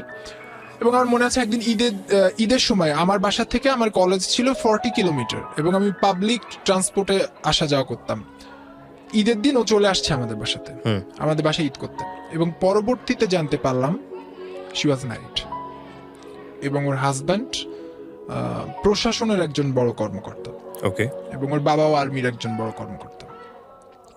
তো আমার দাদা ভাই এবং মা বললেন যে সাবধান, কারণ এই বয়সটা তো খুব খারাপ, যে কোনো কিছু হয়ে যেতে পারে, ওর প্রতি অ্যাডিক্টেড হো না। তা আমি বললাম যে না, ও আমার জাস্ট ফ্রেন্ড, আমি ওর প্রতি কোনো অ্যাডিকশন নাই আমার। তো গেল, এই পার্টটা গেল। এর মধ্যে আমার আরেকটা বন্ধু ছিল মফস্বল, যেখান থেকে আমরা এসএসসি পাশ করে আসছি, ও সায়েন্সে পড়তে, এবং ও এই ক্যান্ট পাবলিকেশন সায়েন্সে ভর্তি হলো। কিন্তু স্কুলটা ছিল আলাদা। আমরা যে শিক্ষকের কথা বললাম, যিনি আমাকে এসএসসিতে হেল্প করেছিলেন, ওনার কাছে আমরা একসাথে টিউশন করতাম। তখন থেকে ওর প্রতি আমার একটা টান ছিল অন্যরকম। এটা কি ছেলে ফ্রেন্ড না মেয়ে ফ্রেন্ড? ছেলে ফ্রেন্ড। ওকে। অন্যরকম একটা টান ছিল, কেন জানি না টান ছিল। এবং আমি ওর নাম্বার নিয়েছি, ওকে না বলে আর এক ফ্রেন্ডের কাছ থেকে নিয়েছি। ওর নাম্বারটা দিত ওকে। তখন কি ছিল, মিসড কল দিয়ে মানুষকে জ্বালাতো মানুষ। ওকে মিসড কল দিলে ও ব্যাক দিত, আমি মজা টজা করতাম। ওখানেই শেষ। পরে যখন কলেজে আসলাম, আমরা সেম কলেজে ভর্তি হচ্ছি, আমি আর্টস গ্রুপে ও সায়েন্স গ্রুপে। তো তারপর আমার ওই ফ্রেন্ডটার সাথে যখন দেখা হলো, কলেজে বেশ ভালো লাগা শুরু হলো। এর মধ্যে আমার আরেকটা মেয়ে ফ্রেন্ডের সাথে রিলেশনশিপ হলো, এবং সেটা আমাদের কলেজের বন্ধুরা সবাই জানতো যে অদ্রিকের সাথে ওর একটা রিলেশনশিপ আছে, বয়ফ্রেন্ড গার্লফ্রেন্ড টাইপের। হ্যাঁ, বয়ফ্রেন্ড গার্লফ্রেন্ড টাইপের। তো একদিন হঠাৎ করে আমার শরীরটাও বেশ খারাপ। আমি বললামই তো আগে যে আমি জার্নি করে কলেজে যেতাম। তো আমার অ্যাসিডিটির প্রবলেম বেড়েছে খুব, আমাকে বাসাতে স্যালাইন দিয়ে রাখা হয়েছে। অনেক রাত্রে ফোন আসছে, ফোন এসে আমার ওই গার্লফ্রেন্ডটা আমাকে ফোন দিয়ে বলছে, অদ্রিক আমার তো বিয়ে আজকে রাত্রে। তো আমি বললাম তো আমি কি করবো, এভাবে বললাম, কারণ আমার মনে হয়েছে আমাকে চিট করলো। তো বললো তোর কিছু করার নেই। তো আমি বললাম এখন আমার কি করার আছে, আমি তো বাসায় মাত্র ইন্টারমিডিয়েট ফার্স্ট ইয়ারে পড়ি, এখন আমি তোকে যে বিয়ে করবো? বলে আমি ফোনটা কেটে দিলাম। এরপরে ওটা মোটামুটি আমি আর মাথায় নেইনি। আমার ওই গার্লফ্রেন্ডও তার শ্বশুর বাড়িতে চলে গেছে, এগুলো আর মাথায় নাই। আমার এই যে এসএসসি লাইফের যে ছেলে বন্ধুটা, ওর সাথে তারপরে আমার একটা সখ্যতা তৈরি হলো। সখ্যতা বলতে আমি প্রত্যেকদিন ওকে ফোন দিতাম একটা নির্দিষ্ট time. This was unusual, right? আপনি কি বুঝতে পারছিলেন যে এটা একটা আনইউজুয়াল থিং, অ্যান্ড এটা আসলে প্র্যাকটিস করা উচিত না, বা এরকম কোনো কিছু মনে হচ্ছিল? না, এরকম কিছুই আমার তখন মনে হয়নি। মানে এটা ফ্রেন্ডশিপ পর্যায়েই ছিল? ফ্রেন্ডশিপ পর্যায়ে প্রথমে ছিল। ওকে, তারপর দেন ফোন দিতে দিতে একদিন আমি ফোন দেইনি, ও আমাকে ফোন দিয়েছে। কি রে, কি হলো, তুই আজকে আমাকে ফোন দিলি না? তো তখন আমি বুঝলাম যে না, আমার প্রতি ওর একটা সফট কর্নার জন্ম হয়েছে, এবং ও আমাকে একটা খুব সুন্দর এসএমএস পাঠালো। এসএমএসটা এরকম ছিল যে আমরা একটা রিলেশনশিপের মধ্যে যেতে পারি কিনা। তো আমার কি যেন মনে হলো, আমি জানি না, আমি ধাম করে বললাম ওকে ঠিক আছে। এবং তার সাথে আমার একটা রিলেশনশিপ হলো, ফ্রেন্ড থেকে একটা রিলেশনশিপে আমরা চলে আসলাম। এবং সেই রিলেশনশিপটা চললো আমাদের 6 মাসের মাথায় রিলেশনশিপটা ব্রেকআপ হলো। আমার এই বন্ধু এখন সামরিক বাহিনীতে আছে বাংলাদেশে। টেস্ট পরীক্ষার রুটিন অনুযায়ী ওর পরীক্ষা আমার পরীক্ষার একদিন পরে শুরু হবে, যেহেতু গ্রুপ আলাদা। তো আমার পরীক্ষার আগের দিন রাত্রে আমি ওকে ফোন দিয়ে বলছি, এবং কলেজে আমি খুব ভালো স্টুডেন্ট তখন, কলেজের সব টিচাররা এক্সপেক্ট করে যে আর্টস ফ্যাকাল্টি থেকে A+ যাদেরকে ধরা হয় তার মধ্যে অদ্রিক একজন। এবং আমি কলেজে কালচারাল প্রোগ্রাম আমাকে ছাড়া চলে না, জমে না, এবং আমাকে সেকেন্ড ইয়ারে অবধি আমাকে প্রিন্সিপাল ডেকে বললেন যে যারা একটু আর্টিস্টিক হয় এদের কিন্তু রেজাল্ট ফল করে, তো তোমার ক্ষেত্রে যদি এটা না হয় তাহলে আমরা চাবো যে তুমি প্রোগ্রামটা হ্যান্ডেল করো। ওকে, তো আমি বললাম ওকে স্যার ঠিক আছে। তো তখন আমাদের কলেজের নিয়ম ছিল হচ্ছে বাংলা বইয়ের ভিতরে যে গল্পগুলো থাকতো ওই গল্পগুলোকে নাটকের মতো করে তৈরি করা হতো, ক্যামেরায় ধারণ করে প্রজেক্টরে দেখানো হতো, যাতে করে মাথায় বেশি থাকে বাচ্চাদের। তো রবীন্দ্রনাথের হৈমন্তী করা হলো এবং আমাকে মেন কাস্ট দেওয়া হলো। তো আমার বন্ধুরা তো মহা খুশি, আমি কলেজের সেলিব্রিটি, এবং এলাকার যে লোকাল ক্যাবেল লাইনগুলো থাকে সেই ক্যাবেল লাইনগুলোতে লোকাল কিছু প্রোগ্রাম চলে মার্কেটের বা দোকানের, তো সেখান থেকে আমার খুব ডাক আসে যে আমি ওদের মডেল হিসাবে কাজ করি। আমার মনে আছে যে ওই সমস্ত দোকানের ব্যাগেও আমার ছবি, তো আমি এলাকায় মোটামুটি একটা সেলিব্রিটি, এরকম একটা অবস্থা। আমার ওই ফ্রেন্ডও খুব আমাকে নিয়ে তার গর্ব, আমার ফ্রেন্ড সেলিব্রিটি, ও আমাকে খুব তখন আমাকে বলতো যে আমি চাই যে তুই এই লাইনেই পড়াশোনা কর, এবং আমিও বলতাম যে হ্যাঁ আমিও চাই যে ওর ডিফেন্সে যাওয়া সব, তুইও ডিফেন্সে যা। তো এরকম গল্প টল্প। তো আমার টেস্ট পরীক্ষার আগের দিন রাত্রে হুট করে কি হচ্ছে, আমি ফোন দিচ্ছি ফোন ধরে না, ধাম করে একদিন ফোন ধরে বললো আমাদের আর রিলেশন থাকবে না। কেন থাকবে না? বললো জানি না, থাকবে না। এই কথাটা শোনার পরে আমি সেন্সলেসে পড়ে গেলাম বারান্দায়। পরের দিন আমার টেস্ট পরীক্ষা, এবং ক্যান্ট পাবলিকে টেস্ট পরীক্ষা না দিলে তাকে কোনোভাবেই ফাইনাল পরীক্ষায় বসতে দেওয়া হবে না। আমাদের এই বন্ধুদের আমার এবং ওর আমাদের পারিবারিকও একটা সম্পর্ক হয়ে গিয়েছে। ওর বাসায় আমার বাসায় যদি ওর ইনভাইটেশন থাকতো দেখা যেত যে আমি ওকে মুখে তুলে খাইয়ে দিচ্ছি, ও আমাকে মুখে তুলে খাইয়ে দিচ্ছে, এরকম একটা রিলেশনশিপ। তো মা ফোন চেক করে দেখলো ওর কল, ওকে ফোন দিয়ে বললো কি হয়েছে, ও কিছু বলেনি। দেন আমাকে হসপিটালাইজড করা হলো। ডক্টর বললেন যে কোনোভাবেই ওর মানে আমার সেন্স আসছে না, ওকে মিনিমাম 72 ঘন্টা হসপিটালে থাকতে হবে, ওর কোনোভাবেই পরীক্ষা দেওয়া যাবে না। এবং পরে আমি দাদা ভাইয়ের কাছে শুনেছি, মানে আমার ভাই আর কি, ভাইয়ের কাছে শুনেছি আমার যতক্ষণ সেন্স ছিল না আমি নাকি ততক্ষণ ওর কথা বলছিলাম, এবং আমার ওই দিন যে পরীক্ষাটা ছিল ওই পরীক্ষার নোটসগুলো আওড়াচ্ছিলাম মনে মনে।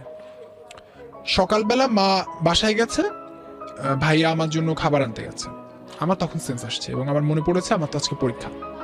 আমার হাতে ক্যানোলা ছিল, আমি টান মেরে খুললাম, ব্লাড একদম আমার এখনো মনে আছে ভেস্কি দিয়ে ব্লাড বের হয়ে গেল। আমি হাতটা ধরে ওই অবস্থায় 3/4 প্যান্ট পরা আর একটা টি-শার্ট পরা আমি বাইরে চলে আসলাম। এসে ওইখান থেকে আমার কলেজের দূরত্ব 10 টাকা ভাড়া অটো রিক্সাতে, আমার কাছে কোনো টাকা নেই এবং আমি আধা ঘন্টা লেট করে ফেলেছি অলরেডি। আমি ভিক্ষা করেছিলাম ওই দিন, মানুষের কাছে টাকা চেয়েছিলাম যে আমি খুব সিক, আমাকে কিছু টাকা দেন। 10 টাকা একজন দিল, প্রথমবারেই দিয়েছিল। আমি টাকাটা নিয়ে সোজা কলেজে চলে গেলাম, পেনও নাই আমার কাছে। কলেজে যে প্রিন্সিপাল স্যার যেহেতু আমাকে আগে থেকে চিনে এবং আমার এই অবস্থা দেখে স্যার বলল কি হয়েছে, তুমি পরীক্ষা দাওনি? আমি বললাম স্যার আমি খুবই সিক ছিলাম, এই ঘটনা, আমি পরীক্ষা দিতে চাই। স্যার পরীক্ষা কমিটিকে বললো যে ওকে আলাদা একটা রুমে, ও যেহেতু অসুস্থ ওকে পরীক্ষা নাও, কিন্তু ওর টাইম বাড়িও না। এর মধ্যে হসপিটাল থেকে খবর হয়ে গেছে বাসায় যে আমি পালিয়েছি। তো মা বুঝতে পেরেছেন যে পালিয়ে আর কোথাও না, আমি ওখানেই যাবো। মা কলেজে চলে গেছে, মা আমি বের হয়ে দেখি মা পাশে বসা, মা বলছে পরীক্ষা যে দিলি পাশ করবি? তা আমি বললাম যে 94 পাবো, এবং আমার মনে আছে আমি 90 পেয়েছিলাম আধা ঘন্টা পরে ঢুকে পরীক্ষা দিয়ে। ম্যাথ না, লজিক। তখন তো আমি আর্টসে পড়ি। হ্যাঁ। যাই হোক, এর মধ্যে আমি ওকে ভোলার চেষ্টা করছি, আমার বাসা থেকে বারবার বলা হচ্ছে, বাসায় তখন জেনে গেছে যে ওর সাথে আমার রিলেশন এটাও জেনে গেছে বাসায়। রিলেশন বলতে আসলে কি, এটা কি ফ্রেন্ডশিপ না, ফ্রেন্ডশিপের বাইরে যে একটা রিলেশন। তো এটা তো বাসায় একটা ধাক্কা খাওয়ার মতো ব্যাপার ছিল। হ্যাঁ, বাসায় রীতিমতো ধাক্কা খাওয়ার মতো ব্যাপার। আমার বাবা আমার সাথে ঠিকমতো কথা বলে না। আপনার বাবা একজন ফিজিশিয়ান ছিলেন, ডক্টর ছিলেন, সো ওনার তো জায়গা থেকে বিষয়টা জানার কথা যে আমার ছেলে কেন এই ধরনের অ্যাটিটিউড করছে। আসছি, ওখানে আসবো, ওখানে পরবর্তীতে আসবো। বাবা ওইভাবে জানতেন না, যে ওই রিলেশনটা জানতেন না। বাবা ভাবতেন যে ফ্রেন্ড ঝামেলা হয়েছে, এটা নিয়ে ও কেন এরকম করছে, ও বোধহয় হাইপার হাইড্রোসিসের রোগী, ওর বোধহয় হাইপার টেনশন আছে, যেহেতু আমাদের ফ্যামিলির ব্লাড প্রেশার আছে। তো মা জানেন এবং দাদা ভাই জানেন। আমি একদিন কাঁদতে কাঁদতে মাকে বললাম যে মা আমি পরীক্ষা দিব না, টেস্ট পরীক্ষা মিডিলে চলে আসছে, আর 2টা হলে আমার শেষ। কেন? আমি বললাম যে মা আমি খুব ভুলতে পারছি না, আমি বই খুললেই ওর কথা মনে হয়। তো মা আমাকে বললেন ঠিক আছে তোমার পরীক্ষা কবে? আমি বললাম পরশুদিন। মা বলে রিল্যাক্স, কোনো সমস্যা নেই, তুমি রেস্ট করো। আমি রেস্ট করলাম। আমার মনে আছে মা কাপড় টাপড় কেচে আমাকে দুপুরে খাইয়ে আমাকে নিয়ে পার্কে গেলেন বেড়াতে, যাতে আমি ভুলে যাই বিষয়টা। এবং ফিরে এসে আমি নিজেই বললাম আমাকে পরীক্ষা দিতে হবে এবং আমি আমাকে প্রুফ করব। হুম। আমি বিএনসিসির ক্যাডেট ছিলাম। এর মধ্যে থেকে এয়ারফোর্স থেকে ডাক আসলো যে যারা বিএনসিসির ক্যাডেট তাদেরকে ডাকা হয়েছে। তো আমি গেলাম। দেন আমি জানতাম না যে আমার ফিজিক্যাল একটা অনেক বড় ক্ষতি হয়ে গেছে, আমার হার্টে একটা প্রবলেম ছিল। স্ক্রিন আউট হয়ে গেলাম। ওকেও আমার ওই ফ্রেন্ডটাকেও, যার সাথে আমার রিলেশনশিপে ঝামেলা হলো, ওকেও ডেকেছিল। ও গেল এবং আমার মনে আছে আমার ওই ফ্রেন্ডটাকে আমি আমার সাইকেলের পেছনে করে নিয়ে পুরো শহর ঘুরে বেরিয়েছি। এবং ওই ফ্রেন্ডটা সেই দিন তার আর এক বন্ধু যে আমার থেকে আরো হাই ক্লাস বিলং করে তার গাড়িতে উঠে আমার মুখের উপরে গাড়ির দরজাটা লাগিয়ে দিয়ে চলে গিয়েছিল। হোয়াট এভার, আমি তাকে সম্পূর্ণ ভুলে গেলাম। বিএম এর থেকে যখন ও বের হয়ে কমিশনের জন্য ট্রেনিং এ যাওয়া, মানে গ্রিন কার্ড পেলো আর কি বিএম এ থেকে, সেদিন রাতে আমাকে হঠাৎ ফোন দিল। তখন আমাদের রেজাল্ট হয়নি যে আমি গ্রিন কার্ড পেয়েছি। তো আমি বললাম কংগ্রেচুলেশন বলে আমি খুব কাঁদলাম, আমার খুবই কষ্ট লাগলো, অনেকদিন যোগাযোগ ছিল না। তো দেন তারপর ও এখানে চলে আসলো, ওর সাথে আমার কোনো যোগাযোগ নেই। আমি ইন্টারমিডিয়েটে খুব ভালো রেজাল্ট করলাম, আমাদের বোর্ড থেকে আমি স্ট্যান্ড করলাম, বাবা মা খুব খুশি হলো। কত ব্যাচ আপনি? আমি হচ্ছে 2013-তে পাশ করেছি। Very good. হ্যাঁ। দেন আমাকে টিচাররা সবাই চাচ্ছে যে আমি আর্টসের student, either international relation or LLB আমি পড়বো। আমার ফ্যামিলিও চাচ্ছে ঢাকা ইউনিভার্সিটিতে, any public university. Dhaka university হলে খুবই ভালো হয়। আমি এখনো ঢাকার একটা রিনাউন্ড ইউনিভার্সিটিতেই আছি, কিন্তু কালচারাল একটা সাবজেক্টে আছি। আমার ভেতরে যেহেতু কালচার আছে, আমি ঢাকা ইউনিভার্সিটিতে পরীক্ষা দিয়েছিলাম, কিন্তু আমার স্কোর এসেছিল 90 আপ, বাট ইংলিশে ফেল এসেছিল। ও, এটা একটা ট্র্যাজিক ব্যাপার। ঢাকা ইউনিভার্সিটি বেশ কয়েকবার এরকম একটা ঘটনা ঘটে, চান্স পাইনি। এটা নিয়ে আমার কোনো আফসোস নাই, আফসোস কাজ করে না। তো ইউনিভার্সিটির হলগুলোতে কি হয় আপনি বোধহয় জানবেন, ইউনিভার্সিটির হলগুলোতে ফার্স্টে একটু র্যাগিং চলে, বড় ভাইয়েরা একটু বকা দেয়, তারপরে আবার ভালোবাসে, এবং গণরুমে থাকতে হয়। ফার্স্টে সবাই একটা রুমে থাকে। তো আমি বড় ভাইদের বকাও যেমন পেয়েছি, ভালোবাসাও পেয়েছি। তো এরকম আমরা ইউনিভার্সিটিতে যেদিন ফার্স্ট হলে থাকলাম, ওই দিন খুব র্যাগিং ট্যাগিং হলো। আমি খুব কান্নাকাটি করলাম এবং ভাইয়েরা বুঝে গেল যে এই ছেলেটা খুব মামাস বয় টাইপের, একে বকা দেওয়া যাবে না। তো তারা আমাকে বকা দিত না, এবং তারা যখন এরকম এই অ্যাডাল্ট কথাবার্তা বলতো আমাকে বের করে দিত, বলতো যা তুই এখন বাইরে থেকে ঘুরে আই, তোকে ফোন দেওয়া হবে, তুই তারপরে আসবি। এবং আমি শুয়ে আছি গণরুমের মধ্যে, ভাইয়ারা সবাই আমার ফ্রেন্ডদেরকে দাঁড় করিয়ে রেখে ভাই বকা টকা দিচ্ছে, আর আমি ফ্যানের দিকে তাকে কাঁদছি। ভাইয়া একবার একটা ভাইয়া কানে কানে বলছে আমরা অনেক খারাপ না রে। তো আমি বলছি না ভাইয়া ঠিক আছে। তো এরকম একটা ব্যাপার। এর মধ্যে আমার একটা জায়গা মিস হয়ে গেছে। আমার হার্টে প্রবলেম ছিল ছোটবেলা থেকে, আমার হার্টে একটা মেশিন লাগানো ছিল, মেশিনটা খুলতে হবে। তো আমি লিভ নিয়ে চলে আসলাম, আমাকে আবার চেন্নাই যেতে হলো। চেন্নাই যে মেশিন খুলে আসার পরে আমি অনেক জায়গায় স্কিপ করে যাচ্ছি সময়ের জন্য। তো মা আমাকে নিয়ে আসলেন ইউনিভার্সিটিতে। আবার মা ইউনিভার্সিটিতে নিয়ে এসে আমার ফ্রেন্ড যারা ছিল তাদেরকে, মা তো ভেতরে ঢুকতে পারে না বয়েজ হোস্টেলের, গেস্ট রুমে ডাকে বললেন যে ও তো এরকম সিক, আর ওকে রাত্রে স্লিপিং পিল দেওয়া হয় ডক্টর প্রেসক্রিপ্ট, ওকে একটু দেখো ও যেন কোনো প্রবলেম না হয়। তো আমার মনে আছে আমার এই ফ্রেন্ডের কথাটা বলা ইম্পর্টেন্ট, এর কথাটা আমি বলবো। ওর সাথে আমার সেকেন্ড রিলেশনশিপটা হয়েছিল, আমি রিলেশনশিপ শব্দটাই ব্যবহার করবো। আর আমি প্রত্যেকদিন গণরুমের বাইরে নিজেকে আবিষ্কার করতাম, মানে আমি স্লিপিং পিল খেয়ে ঘুমিয়ে পড়তাম যাতে আমার ডিস্টার্ব না হয়। আমাকে কোলে করে নিয়ে পাশের ডাইনিং রুম, যেটা হলের ডাইনিং রুমে নিয়ে সুন্দর করে শুয়ে রাখতো, এবং পরের দিন দেখতাম যে ও আমাকে জড়িয়ে ধরে ঘুমাচ্ছে। আমি জাস্ট ফ্রেন্ড হিসাবেই নিয়েছিলাম তখন অবধি। একদিন সকালবেলা আমি হঠাৎ করে বুঝতে পারলাম যে সে আমাকে খুব আনইউজুয়াল পার্টে টাচ করেছে, এবং আমার খুব বোর লাগলো, কারণ তখন অবধি আমি সিগারেটও খাই না। ইভেন যে রিক্সাওয়ালা মামাটা সিগারেট খাই, তার রিক্সাও আমি উঠি না। তো আমার খুব, এবং ও তখন ও বিভিন্ন ধরনের নেশা টেশা করে, বিভিন্ন ধরনের নেশা বলতে সিগারেট খাই, আর ইউনিভার্সিটি হলেই হচ্ছে এসব। হ্যাঁ, ইউনিভার্সিটি হলেই হচ্ছে। সিগারেট খাই, যেহেতু সিনিয়রদের সামনে খাওয়া যায় না, গোপনে খাই। তো আমার কাছে খুব বাজে লেগেছে বিষয়টা। তো আমি ওকে বললাম যে এই ছাড়, এটা কি করছিস তুই? তো ও একটু রুষ্ট হয়ে চলে গেল। ওই দিনও আমাকে ফোন দিয়ে 7:30টার দিকে ডেকে বললো একটু ছাদে আসবি অদ্রিক। আমি ছাদে গেলাম। তো ও একদম আমার পার কাছে বসে আমাকে বললো আমার সাথে প্রেম করবি। আমার তো মাথায় আগের রিলেশনশিপটা আছে, যে এই রিলেশনের কি পরিণতি হতে পারে। তো আমি ওকে বললাম তুই কি পাগল হয়েছিস, তুই তো একটা ছেলে, আমিও তো একটা ছেলে, তোর তো গার্লফ্রেন্ড আছে। তো বললো না নাই। আমি বললাম আমার তো আছে। বলে না থাকবে না, কেন থাকবে? আমি বললাম পাগলামি করিস না, নিচে নাম, আমি চলে যাচ্ছি বলে আমি সোজা নিচে নেমে চলে আসলাম। রাত 2টা বাজে, ওই ছেলে নিচে মানে হলের রুমে নাই।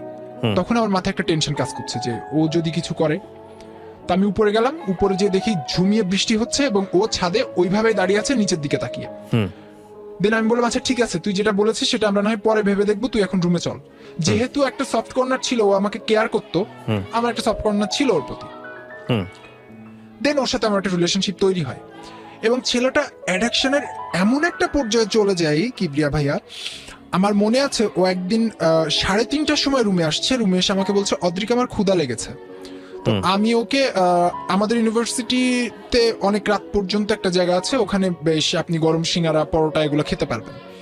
ওকে আমি কোনো রকমে হাত ধরে ধরে হোটেলে নিয়ে গেছি। ও যে খাবে নিজের মুখটা পর্যন্ত খুঁজে পাচ্ছে না। ও স্ট্যান্ড করা স্টুডেন্ট ছিল এবং বিবিএ ফ্যাকাল্টিতে পড়তো এবং সে হিরোইন অ্যাডিক্টেড হয়ে গেল। শেষ অবধি আমার মনে আছে আমার কাছ থেকে সে টাকা ধার নিল, সে সেমিস্টার ফাইনালের ফি জমা দিবে, এদিকে আমারও ইয়ার ফাইনালের ফি জমা দিতে হবে। আমি তারপরেও ওকে টাকাটা দিলাম। তখনও পর্যন্ত আমি মিডিয়াতে নাই, আমি কোনো প্রফেশনে নাই, আমার বাসার টাকা দিয়েই চলতে হয়। তারপরেও আমি ওকে দিলাম এবং আমার সামনে সে ডিলারকে ফোন দিল এবং এই বাজে মাদকটা নিয়ে আসলো এবং আমার সামনেই খেলো। সেই দিন আমি নিজেকে বললাম, এবং প্র্যাকটিক্যালি বলার জন্য না, আমি সেই দিন ওয়াশরুমে যে হলের ওয়াশরুমে যে আয়নার সামনে তাকে নিজেকে বললাম যে যে ধ্বংস হতে চাই তাকে ফেরানোর চেষ্টা একবার করা উচিত, দুবার করা উচিত, 3বারের বার সুযোগ দেওয়া উচিত না। এবং আমি তখন বুঝে গেছি যে ও যে রিলেশনশিপটার কথা আমাকে বলেছিল তখন ও অ্যাডিক্টেড ছিল, সেই অবস্থায় বলেছিল, কারণ এটাকে রিলেশনশিপ হিসেবে নেয় নাই। যাই হোক, আল্লাহ ওর ভালো করুক, ও এখনো আছে, আমার বন্ধু হিসেবে আছে এবং ও এই লাইফটা থেকে বের হয়ে আসতে পেরেছে, অ্যাডিক্টেড লাইফ থেকে।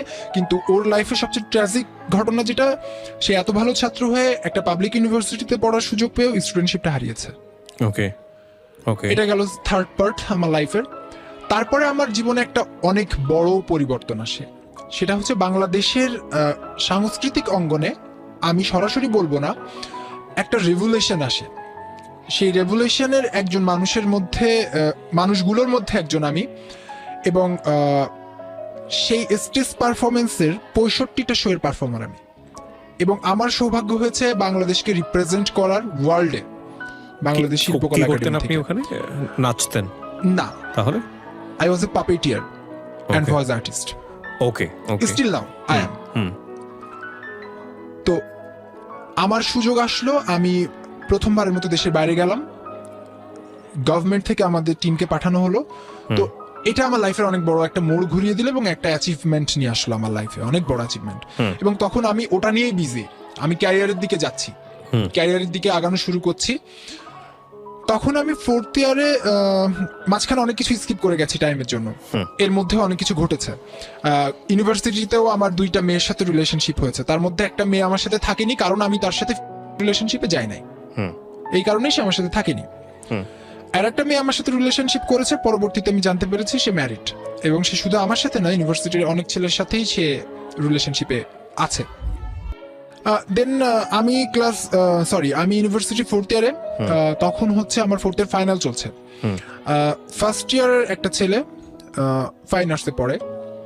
আমরা বাংলাদেশে যারা হচ্ছে ভাইয়া অ্যাপ্লাইড আর্টসে পড়ে, আমাদের মূল্যায়নটাও একটু কম থাকে, এবং যেটা হয় অনেক কস্টলি এই পড়াশোনাগুলো, অনেক কস্টলি, বেশ হাই ফ্যামিলি বিলংস না করলে এগুলা আসলে ওইভাবে পেরে ওঠা যায় না আসলে। তো ওর ফ্যামিলিটা একটু লোয়ার ক্লাস ছিল, আই এম সরি টু সে, এখানে ক্লাসিফিকেশন করা ঠিক না, মানে ও ওই ফ্যামিলি বিলংস করতো না। তো ওখান থেকে একদিন ও আমার রুমে আসছে, আমার রুমমেট যারা, তারা হচ্ছে ডিপার্টমেন্টের সিনিয়র, বাট আমার অনেক জুনিয়র।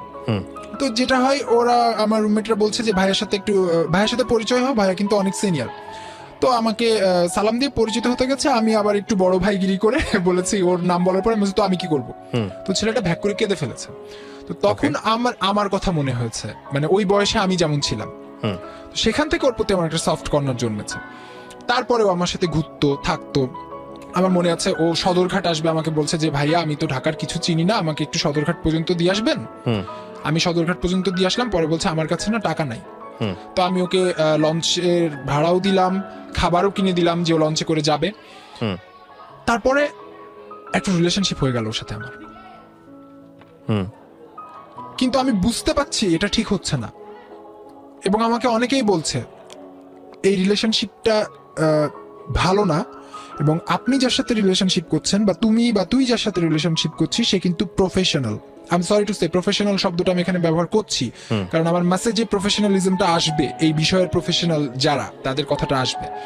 কিন্তু আমি বিশ্বাস করি না, আমি তাকে পাগলের মতো ভালোবেসেছি, তার পিছনে ঘুরেছি, যা না তাই করেছি। এবং আমার মনে আছে আমার অনার্সের থিসিস যখন জমা দেওয়া হবে, তখন আমার থেকে এত জুনিয়র একটা মানুষ, তাকে আমি তার 2 পা জড়িয়ে ধরে বলেছিলাম প্লিজ কাম ব্যাক, আদারওয়াইজ আমার অনার্সই পাশ করা হবে না, এবং আমি সুইসাইড অ্যাটেম্প্ট করবো, এবং করেছিলামও। সে এগুলা মাথায় নেয় নাই, সে তার মতো চলেছে। ঠিক আছে, আমি আবারও ভুলে গেলাম, আমি আবারও কাজে বিজি হয়ে গেলাম, থিসিসের কাজে বিজি হয়ে গেলাম, যে নিজেকে আচ্ছা এগুলো তো আমার লাইফে অনেকই ঘটেছে, তো ইউজুয়ালি এগুলো হইতেই পারে, ডান, ভুলে গেছি। দেন অনার্স ফাইনাল পরীক্ষা হয়ে গেল, বাসায় গেলাম, এবং আমার সৌভাগ্য আমার অনার্স ফাইনাল পরীক্ষার 2.5 মাসের মাথায় আমি এখন যে কর্মস্থলে আছি সেখানে আমার কাজ করার সুযোগ হলো।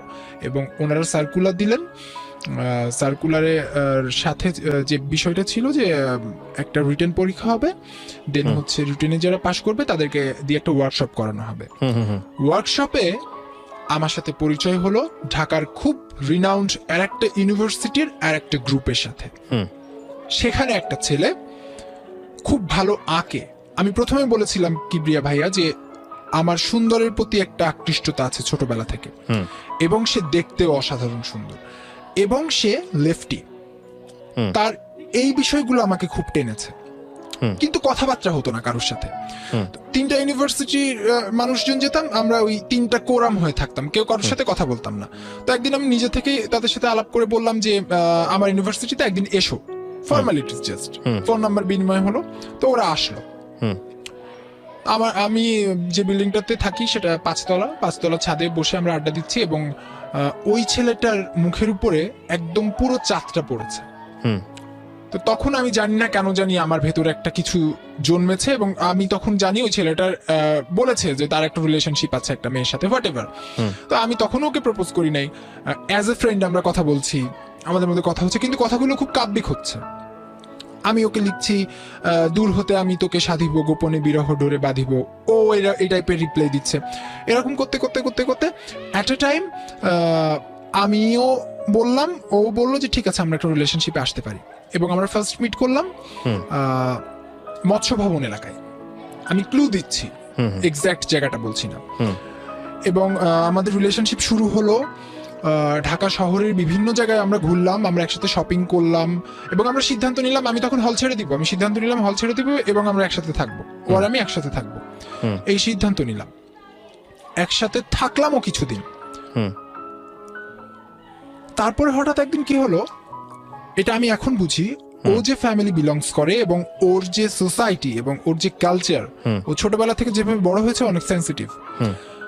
আমি আর ও আমার সাথে প্রত্যেক বৃহস্পতিবার যেত, এবং শুক্রবার আমরা একসাথে থাকতাম, শনিবার আসতো, আমি ওকে নামিয়ে দিতাম। একদিন গাড়ির ভেতরে আমি বডি স্প্রে ইউজ করছি, ওকে দিতে গেছি, তো বলছে যে না, তার আগে বলেনি, ওই দিন আমি খুব সিক এবং আমি স্মোক করি, আমি একটা সিগারেট ধরিয়েছি, ও আমাকে বলেছে ধরাবে না, তারপরে আমি ধরিয়েছি। এটা ওর খুব ইগোতে লেগেছে, আমি বুঝতে পারছি ওর মন টন খারাপ। পরে বাসের মধ্যে ও বসে আছে, আমি নিজে স্প্রে করে ওকে তখন কোভিড আসেনি বাংলাদেশে, ওকে দিতে গেছে, ও নেয়নি। তো আমি বললাম তা নিবা কেন, তুমি তো বড় লোক, তুমি তো লন্ডনের পারফিউম ইউজ করবা। তো আমাকে বললো না অদ্রিক, আমার ভালো লাগছে না। তো আমি মজা করে বললাম শাট আপ। এই শাট আপ কথাটা ওর খুবই লেগেছে। তারপর থেকেও আমার সাথে খুব একটা নর্মাল রিলেশনশিপে চলে গেল, এবং এই মানুষটাকে আমার লাইফে যাদের অবদান আছে, যারা বাংলাদেশের বিভিন্ন জায়গায় বিখ্যাত, আমার কাজের সূত্রে যাদের সাথে পরিচয়, সবার সাথে পরিচয় করিয়ে দিয়েছে, এবং তারাও জানেন যে তার সাথে আমার একটা সম্পর্ক আছে। তো মার্চের 8 তারিখে বাংলাদেশে ফার্স্ট কোভিড আসে, এবং মার্চের 9 তারিখ থেকে আমি বেশ অসুস্থ, আমার ছোটবেলা থেকে নিউমোনিয়া আছে, হার্টের প্রবলেম আছে, খুবই সিক আমি ওই টাইমে। তখনও আমি জানি না যে অফিসিয়ালি আমাদের রিলেশনশিপটা নাই। খুবই বাজে অবস্থা। আমার বর্তমান কর্মস্থল থেকে আমাকে ছুটি দেওয়া হয়েছে এবং বাসার থেকে আমি বলছি যে আমি আর পাচ্ছি না, আমার দাদা ভাই আমাকে নিতে চলে আসছে ইউনিভার্সিটিতে। কিন্তু এর কোনো মানে যার সাথে আমার রিলেশন, ওর কোনো নড়চড় নেই, ও কোনো পাত্তাই দেয় না। ইভেন আমাকে এটা বলেছে, তুমি যদি মরে যাও তাহলে আমার কি, মরতেই পারো, এরকম একটা ব্যাপার। তো আমার খারাপ লাগছে যে আমি তো ওকে ভালোবাসি, আমাদের তো কিছুই হয়নি, আমরা একসাথে ছিলাম, আমরা বাসা নিয়েছি, এরকম কেন করছে, হোয়াট এভার। তো পরে একদিন সে আমাকে বলল, আমিও বললাম, পরে বুঝলাম যে আমাদের রিলেশনশিপটা নাই, রিলেশনশিপটা থাকা সম্ভব না, যেহেতু সে আমার প্রতি কেয়ারলেস। এবং এবার রোজার মধ্যে আমি আমার ফ্যামিলিতে ব্যাপারটা শেয়ার করলাম, আমার মাকে বললাম যে মা, আমি তো বড় হয়েছি এবং যেহেতু আমাদের কোনো বোন নাই, আমাকে ওইভাবেই বড় করেছো, একটা ভালো ফ্রেন্ডের দরকার, আমি তোমার সাথে কিছু ব্যাপার শেয়ার করতে চাই। মা বললো হোয়াট ইজ দিস। তো আমি বললাম যে দেখো আমার এই সমস্যাগুলো আছে এবং আমি মিস্টেক করে গেছি। সেটা হচ্ছে এর আগে আমি ন্যাশনাল ইনস্টিটিউট অফ সাইকোলজিতে গিয়েছিলাম এই প্রবলেমটা সলভ করার জন্য, নিজে থেকে গিয়েছিলাম। তো তারা আমাকে যে টেস্টগুলো দিয়েছিল, টেস্টগুলো আমি করিয়েছিলাম, টেস্টগুলোতে সবকিছুই পজিটিভ আসছে, হরমোনাল টেস্ট ম্যাক্সিমাম। দেন ডক্টর আমাকে বলেছিল হরমোনাইজ যদি আপনাকে করা হয়, এই প্রসেসটা অনেক লং এবং আপনার শরীরের জন্য অনেক ক্ষতি হবে, আপনি সার্ভাইভ করতে পারবেন কিনা জানি না। এবং এখনকার সাইকিয়াট্রিস্ট যে ল আছে টোটাল ওয়ার্ল্ডের, সেখান থেকে কিন্তু একটা মানুষকে তার ফিজিক্যালিটি এবং মেন্টালিটি যখন ম্যাচ করে না, তার তখনই তো প্রবলেমগুলো হয়। তাকে যদি আমি কনভার্ট করতে যাই তাহলে কিন্তু ইন্টারন্যাশনালি ভবিষ্যতে আমার বিরুদ্ধে মামলাও হতে পারে, ভায়োলেশন। হ্যাঁ, কারণ আপনি যেমন, আপনাকে সৃষ্টিকর্তা সেভাবেই তৈরি করেছে, আপনি কিভাবে থাকতে চান সেটা আপনার ব্যাপার। পরে আমি জেনে দেখলাম আমার যে টেস্টগুলো করা হয়েছিল সেগুলো হচ্ছে আমার পৌরুষত্বের টেস্ট। আমি তো জানি সেগুলো ঠিকই আছে, শুধু আমার চাওয়াটা আলাদা। আমার একটা মেয়ে বান্ধবী আছে, ও আমাকে মানে পাগলের মতো ভালোবাসে এবং সে আমাকে বলে অদ্রিক, জানিস আমার বাবা এবং ভাইয়ের পরে আমার সব থেকে সেফ মনে হয় তোর কাছে থাকলে। এবং আমাদের ইউনিভার্সিটিতে আমার অনেক রাত পর্যন্ত আমরা একসাথে আড্ডা দিই, ও আমার কোলে মাথা দিয়ে শুয়ে থাকে। আমার মেসেজটা হচ্ছে এইখানে আমি বলবো প্রত্যেকটা মানুষের তার চাওয়াটাকে রেসপেক্ট করা উচিত এবং অ্যাবিউজড না হয়ে সচেতনভাবে তার পরিবারের সাথে সবকিছু শেয়ার করা উচিত। আপনি আপনার মার সাথে বিষয়টা যখন শেয়ার করলেন তখন ফ্যামিলি থেকে রেসপন্স কি ছিল? আমার মা আমাকে বললেন আমি তোমার বাবার সাথে কথা বলবো এবং এখন যেহেতু কোভিড পরিস্থিতি, এটার পরবর্তীতে আমি নিজে তোমার সাথে ঢাকা যাব এবং আমি তোমার ট্রাই করবো, এটা যদি কোনো ট্রিটমেন্ট থাকে তাহলে ট্রিটমেন্ট করবো আমি তোমার। এবং আমি ঢাকা আসার পরে আমার লাস্ট যে রিলেশনশিপটা হয়েছিল, যার কথা নাম বলছি না, আমাকে কিছুদিন আগেও দেখা হয়েছে আমার সাথে, আমাকে টেক্সট করে বলেছে আমি কি তোমার সাথে দেখা করতে পারি। আমি বলেছি ওয়াই নট, শিওর, দেখা করতে পারো। দেখা হয়েছে, আমরা একসাথে কফি খেয়েছি এবং সে আমাকে একটা চিঠি লিখেছে। চিঠিতে সে আমাকে বলেছে যে এটাই তোমার কাছে আমার প্রথম চিঠি, চাইলে আমাকে চিঠি লিখতে পারো। এবং আমি এখনো তাকে ভালোবাসি, আমি এখানে দাঁড়িয়েই বলছি, এখানে নিজের মুখোমুখি বলছি, কনফিডেন্টলি বলছি, আমি এখনো তাকে ভালোবাসি, তাকে রেসপেক্ট করি এবং আমি ভালো থাকার চেষ্টা করি। আপনার বাবা যখন জানলো তখন আপনি বলছিলেন যে বাবার বিষয়টা পরে আসবে। বাবাকে শুনতে হয়েছে এটা অনেক পরে, তখন আমি বাড়িতে ছিলাম না। একজন বাবাকে বলেছিল আপনার ছেলেরও তো একটা ছেলের সাথে রিলেশন ছিল। বাবা এই বিষয়ে আমার সাথে কোনো কথা বলেনি, কিন্তু তারপরে বাবার সাথে আমার একটা দূরত্ব সৃষ্টি হয়েছে। বাবা আমাকে অনেক ভালোবাসেন আমি জানি, কিন্তু ওই যে ক্লাস 7-এ আমি একটা অপরাধ করে ফেলেছিলাম, সেই যে মস্তিষ্কে আমারও গেঁথে গিয়েছিল, সেটা বোধহয় বাবাও এখন ভুলতে পারেনি। এবং আমি আরেকটা ভুল করেছিলাম, সেটা হচ্ছে আমি খুলনা ইউনিভার্সিটিতে আইবিএতে চান্স পেয়েছিলাম, কিন্তু আমি পড়ি নাই, না পড়ে আমি এখন যেখানে আছি সেখানে কন্টিনিউ করেছি। এটা আমার বাবার একটা অনেক বড় আক্ষেপ ছিল, মানে উনি চেয়েছিলেন যে আমাকে অন্য জায়গায় পড়াতে বা অন্যভাবে আমার ক্যারিয়ারটা যাক। কিন্তু এখন আমি যেখানে আছি আমি ভালো আছি, ভালো থাকার চেষ্টা করি, কিন্তু আমি আমার লাস্ট রিলেশনশিপটাকে ভুলতে চাই না, তাকে নিয়েই চলতে চাই। এবং কিবরিয়া ভাই, এটা যাবে কিনা, আপনারা এডিট করবেন কিনা আমি জানি না, আমি এখন যে সিদ্ধান্তটা নিয়েছি সেটা হচ্ছে একা থাকার। কারণ একটা মানুষ একটা লাইফে কতবার পেইন নিতে পারে। আমি ঈশ্বরের মুখোমুখি হয়েছি, আমি সুইসাইড করতে গিয়েছি, এখন আমার কাছে মনে হয় একা তো থাকাই যায়, একা কি থাকা যায় না, একা থাকাই যায় আমার লাইফে। আপনার এই জীবনটা একটা আমাদের কমিউনিটিতে, আমাদের সমাজে একটা অস্বাভাবিক জীবন। অস্বাভাবিক জীবন, প্রথম কথা হচ্ছে এটা। দ্বিতীয়ত যেটা, সেটা হলো যে ধর্মীয় দিক থেকে যদি আমি বলি, এটা সম্পূর্ণই প্রোহিবিটেড। আপনি যদি একদম ধর্মীয় মানুষ হয়েও থাকেন, সেটা ধর্ম একটা কথা বলে রাষ্ট্রের অধিকার দেয়, আপনি ব্যক্তিগতভাবে প্র্যাকটিস করবেন কি করবেন না সেটা আপনার নিজের ব্যাপার। কিন্তু রাষ্ট্র ধর্মের জায়গা থেকেও যদি বলি, সেই জায়গাটা থেকে কিন্তু আমাদের লিগেল জায়গা থেকেও এটার একটা ভয়ঙ্কর রকমভাবে এটা একটা ক্রাইম, Yes, এটা I এটা know. পারমিটেড না, because we are not western country, Yes. Number one.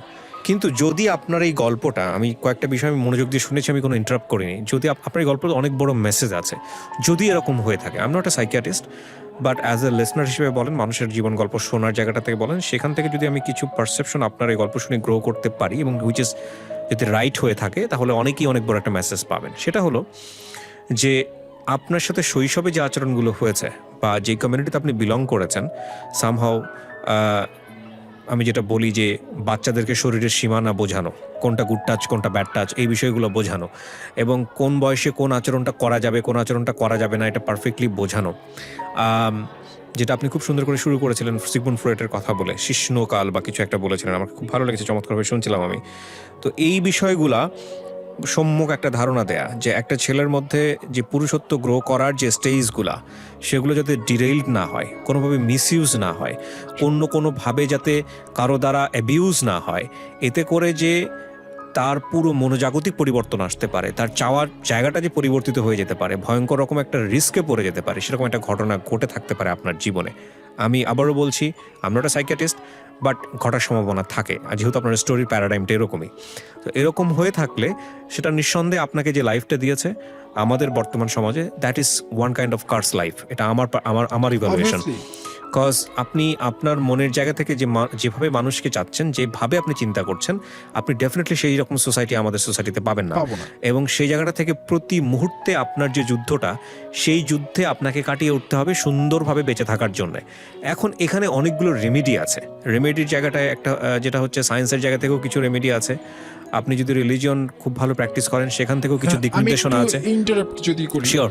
সেটা হচ্ছে আমি প্রচন্ডভাবে ঈশ্বর ভক্ত, এবং আমি অ্যাজ এ মুসলিম আমি আল্লাহকেই আমার ঈশ্বর হিসাবে বিশ্বাস করি, এবং আমি জানি এটা ধর্মীয়ভাবে এটাকে খুব বাজেভাবে বলবো না, ধর্মীয়ভাবে এটাকে অমিট করতে বলা হয়েছে, এটাকে অমিট করতে বলা হয়েছে। এবং বাংলাদেশের প্রেক্ষিতে 366 যে লটা আছে আমাদের, সেই লটাও এটাকে কখনোই সাপোর্ট করে না, এটা বিকৃত যৌনাচার হিসাবে পরিচিত।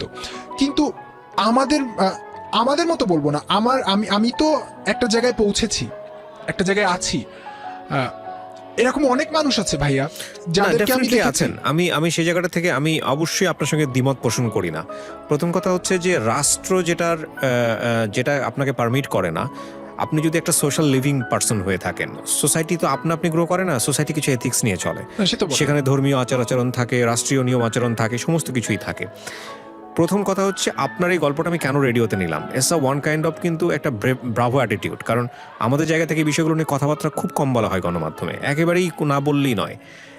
কিন্তু আপনার গল্পের মেসেজের জায়গাটা আছে, সেটা হচ্ছে যে আমি আমার সন্তান কেমনভাবে যেন বড় করি, সে যাতে কোনোভাবেই ছোটোবেলাতে সেক্সুয়াল অ্যাবিউজের শিকার না হয়, সে যাতে কোনোভাবেই তার যেইভাবে বড় হওয়ার কথা ফিজিক্যালি, সেই জায়গাটাতে কোনোভাবে মিসগাইডেড না হয়।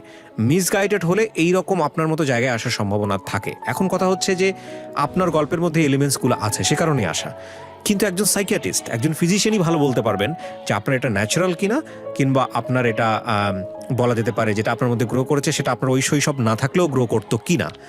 এটা নিয়ে ডিবেটের জায়গা আছে, তর্ক বিতর্কের জায়গা আছে। যেহেতু আমরা তর্ক বিতর্ক করতে বসিনি, তারপরেও বলছি ভাইয়া, আমি যে জায়গার কথা বললাম, এটাই তো বাংলাদেশের সব থেকে বড় সাইকোলজিক্যাল ইনস্টিটিউট, এবং আমি গল্পের প্রথমে বলেছি যে নিজেকে যতটা চেঞ্জ করা সম্ভব আমি কিন্তু ট্রাই করেছি এবং চেঞ্জ করেছি।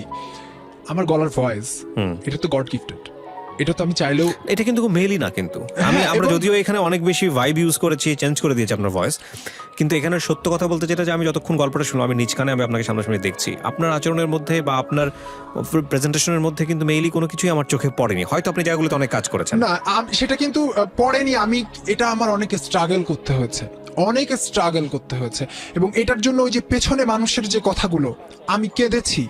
ওই যে বললাম, একটা মানুষ ঈশ্বরের মুখোমুখি কখন দাঁড়ায়, আমি কেন?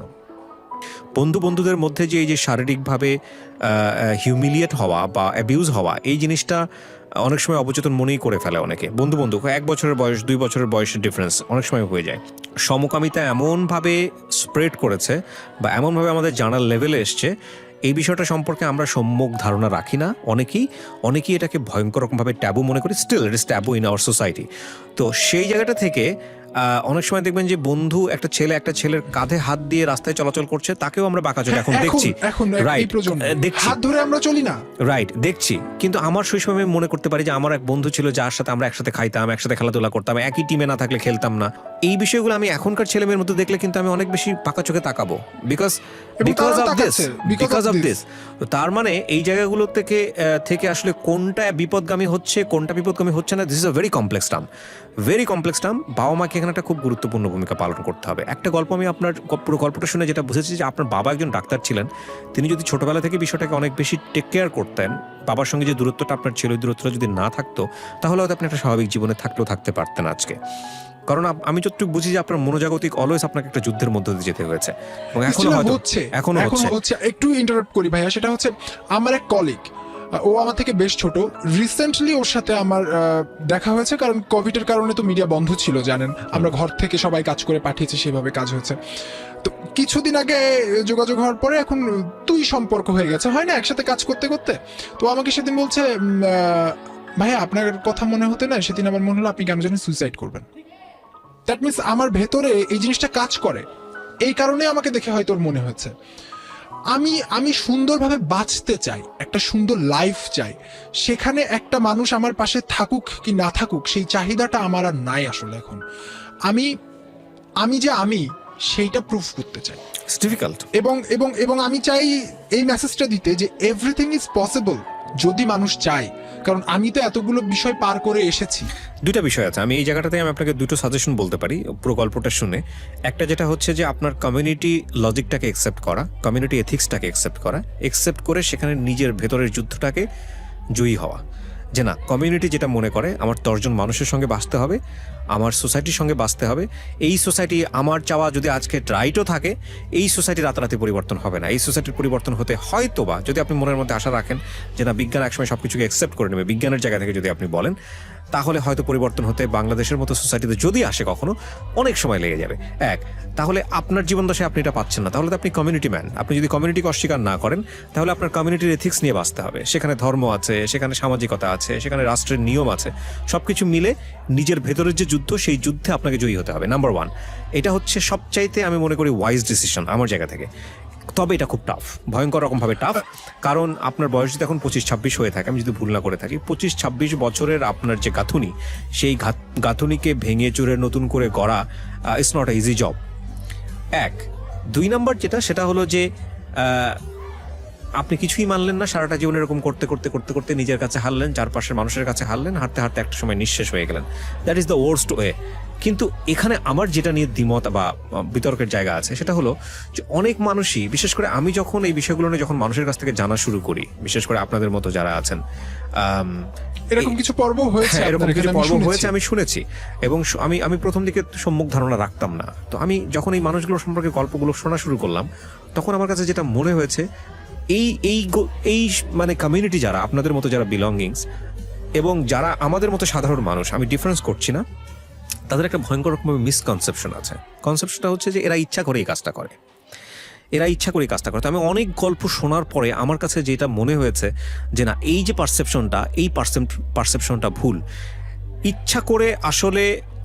ইচ্ছা করার জায়গাটা আমি যেটা বলতে পারি যে আইদার তারা কোনো না কোনোভাবে মিসগাইডেড, সেটা খুব অবচেতন মনেই হয়েছে, পরিবারের দ্বারা হয়েছে, কমিউনিটির দ্বারা হয়েছে। কিন্তু আপনার জায়গাটা হচ্ছে কি, আপনার জায়গাটার প্রথম কথা হচ্ছে যে কেউ যদি এখানে এসে প্রথম থেকেই বলে যে আমি একজন সমকামী, এবং আমি এটাকে খুব স্বাভাবিক মনে করেই আমি আজকে গল্পটা বলতে এসেছি, তাকে আমি গল্পটা বলারই সুযোগ দিব না। প্রথম কথা হচ্ছে এটা। কেন দিব না, আপনি আমাকে প্রশ্নটা করতে পারেন। দিব না এই কারণে যে আমাদের রাষ্ট্রীয় নিয়ম এটা পারমিট করে না, এবং একই সাথে একজন ধর্মভীরু মানুষ হিসেবে আমার যদি ব্যক্তিগত চয়েসের জায়গা থাকে, তাহলে আমিও এটা পারমিট করব না। কিন্তু বিষয়টা যারা ওই সমকামী বলেন বা হোমোজেনাস বলেন, যেটাই বলেন না কেন, তারা প্রত্যেকেই যে এটা স্বেচ্ছায় প্রত্যেকেই যেটা ন্যাচারালি এই লাইফে এসছে সেটা আমি বিলিভ করি না না। না নো এটা আমি এটা আমার পয়েন্ট, এটা আমি রাইট? বিলিভ করি তো সেই আপনার গল্পের একটা জায়গা আছে, যে কারণে আজকে আপনার এই আমিও believe বলার করি। সুযোগটা দেওয়া, যে আপনার ছোটবেলাটায় এরকম কিছু ঘটনা ঘটেছিল যেটা আপনার স্টোরির মধ্যে এসছে, which is call sexual abuse. ওই যে ওরিয়েন্টেশনটা আপনার ফিজিক্যাল ওরিয়েন্টেশন, orientation। রাইট, ওই ওরিয়েন্টেশনটা আমি আমার গল্পের জায়গা থেকে এটা বলতে চাই, ওই ওরিয়েন্টেশনটা যদি আপনার লাইফে না থাকতো, ওই মিস ওরিয়েন্টেশনটা যদি না থাকতো, তাহলে হয়তো আজকে আপনার এক্স্যাক্টলি আমি এটাই বলতে চাচ্ছি। আমি বিলিভ করি। সো আমি একটা জিনিস আমার শ্রোতাদেরকে বলতে চাই, আমার যারা আজকে এই গল্পটা শুনলেন, আমরা অনেক বেশি প্রেসাইজ করে আজকে এই গল্পটা প্রেজেন্ট করেছি।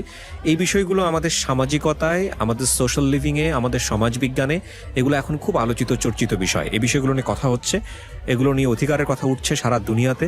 নট অনলি দ্যাট, এগুলো নিয়ে আমাদের সমাজেও বলা যেতে পারে এক ধরনের, হ্যাঁ, এটা নিয়ে কথা বলা যায় না, কিন্তু অনেকেই জানার ইচ্ছা পোষণ করেন। তো আমি আজকে গল্পটাকে বরং ওই অ্যাঙ্গেল থেকে আপনাদেরকে নিতে বলছি যে হ্যাঁ, রাষ্ট্র যেটাকে অ্যাকসেপ্ট করে না সেখানে আমার কোনো দ্বিমত নাই, ধর্ম যেটাকে অ্যাকসেপ্ট করে না সেখানেও আমার কোনো দ্বিমত নাই, এবং আমার আমার আমার কি ঢাকা এফএমের কর্তৃপক্ষেরও কোনো দ্বিমত নাই, যেহেতু এটা অথরিটি থেকে যাওয়া। ইভেন কথক হিসেবে আমার কোনো দ্বিমত আপনার দ্বিমত নেই তো, কিন্তু আমি বলতে চাই এটা যে ওর লাইফের একটা পার্ট, যে চাইল্ডহুডে যে ঘটনাগুলো ওর লাইফে ঘটেছে, সেগুলো যদি ওর লাইফে মিসিং থাকতো, সেগুলো যদি ওর লাইফে না হতো, ওর লাইফে যেই ফিজিক্যাল ওরিয়েন্টেশনটা ছোটবেলাতে হয়েছে সেটা যদি ওর লাইফে না থাকতো, তাহলে হয়তো আজকে ওর জীবনের যে মনোজাগতিক এবং শারীরিক যেই অবয়বটা বা ইচ্ছা অনিচ্ছার জায়গাটা তৈরি হয়েছে, যেটা অত্যন্ত সাংঘর্ষিক আমাদের সমাজের সাথে কিংবা আমাদের রাষ্ট্রের সাথে, সেই জায়গাটা ওকে ফেস করতে হতো না।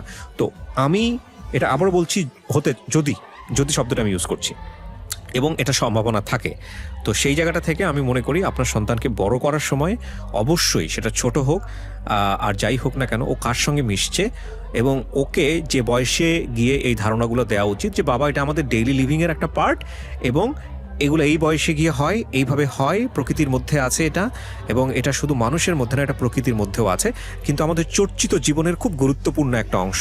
এটাকে কোনোভাবেই সময়ের আগে মিসইউজ করা উচিত না, কোনোভাবেই এটার একটা ব্যাড প্র্যাকটিসে নেওয়া উচিত না, এতে করে জীবনে অনেক বড় দুর্ঘটনা ঘটতে পারে।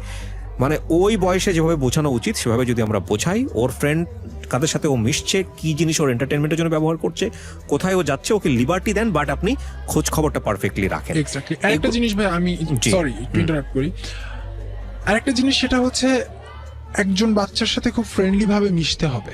আপনার কথার মধ্যে আমি ওইটাই বলছি, আমার বাবা যেটা করেনি আপনার মা কিন্তু সেটা করেছে, এবং সেই বাচ্চাটাকেও কোনো না কোনো জায়গায় তার পরিবারের সাথে খুব খোলা মনের হতে হবে, খুব বন্ধুত্বপূর্ণ আচরণ হতে হবে। সেটা বাবা মাই হতে হবে তা না, বড় ভাইও হতে পারে বা ছোট ভাইও হতে পারে, যে আমি প্রবলেমটা ফেস করছি, এখন আমি কি করব, আমার পরিবার যদি আমার সাথে থাকে তাহলে আমি সবকিছুই জয় করতে পারবো। এক্স্যাক্টলি। সো এই জিনিসটা যেন থাকে, অবশ্যই ছোটদেরকে একেবারেই ছোট এইভাবে পাত্তা না দিয়ে, বরং ওরা অনেক কিছু বোঝে, ওদের বোঝার জায়গাটা, ওরা যদি কোনো কিছু নিয়ে কোয়েশ্চেন ফেস করে, এটাকে ক্রাইম না মনে করে তাকে সুন্দর করে বুঝিয়ে দিন, এবং তার লাইফের প্রত্যেকটা বিষয়ে এরপরে কি আসতে যাচ্ছে, ও কোন বয়সে বিলং করছে, কোন বয়সে ওটা আসা উচিত, একটু একটু করে ধারণা দিন, যাতে করে ও কখনো ব্যাড প্র্যাকটিস না করে। ইনফ্যাক্ট যদি কিছুই করতে না পারেন, ওর দুনিয়াটা, ও যার সাথে যা করছে সেটা শেয়ারিং এর অন্তত জায়গাটা তৈরি করে দিন। So thank you so much. আমি আপনাকে ধন্যবাদ জানাই অদ্রিক, আপনি এরকম একটা সেন্সিটিভ বিষয় নিয়ে আজকে এখানে এসেছেন এবং আমিও সুযোগ দিয়েছি। আমার মনে হয় এতে করে মানুষ সচেতন হবে। অনেক ভালো থাকুন, অনেক ধন্যবাদ। আপনাকেও ধন্যবাদ।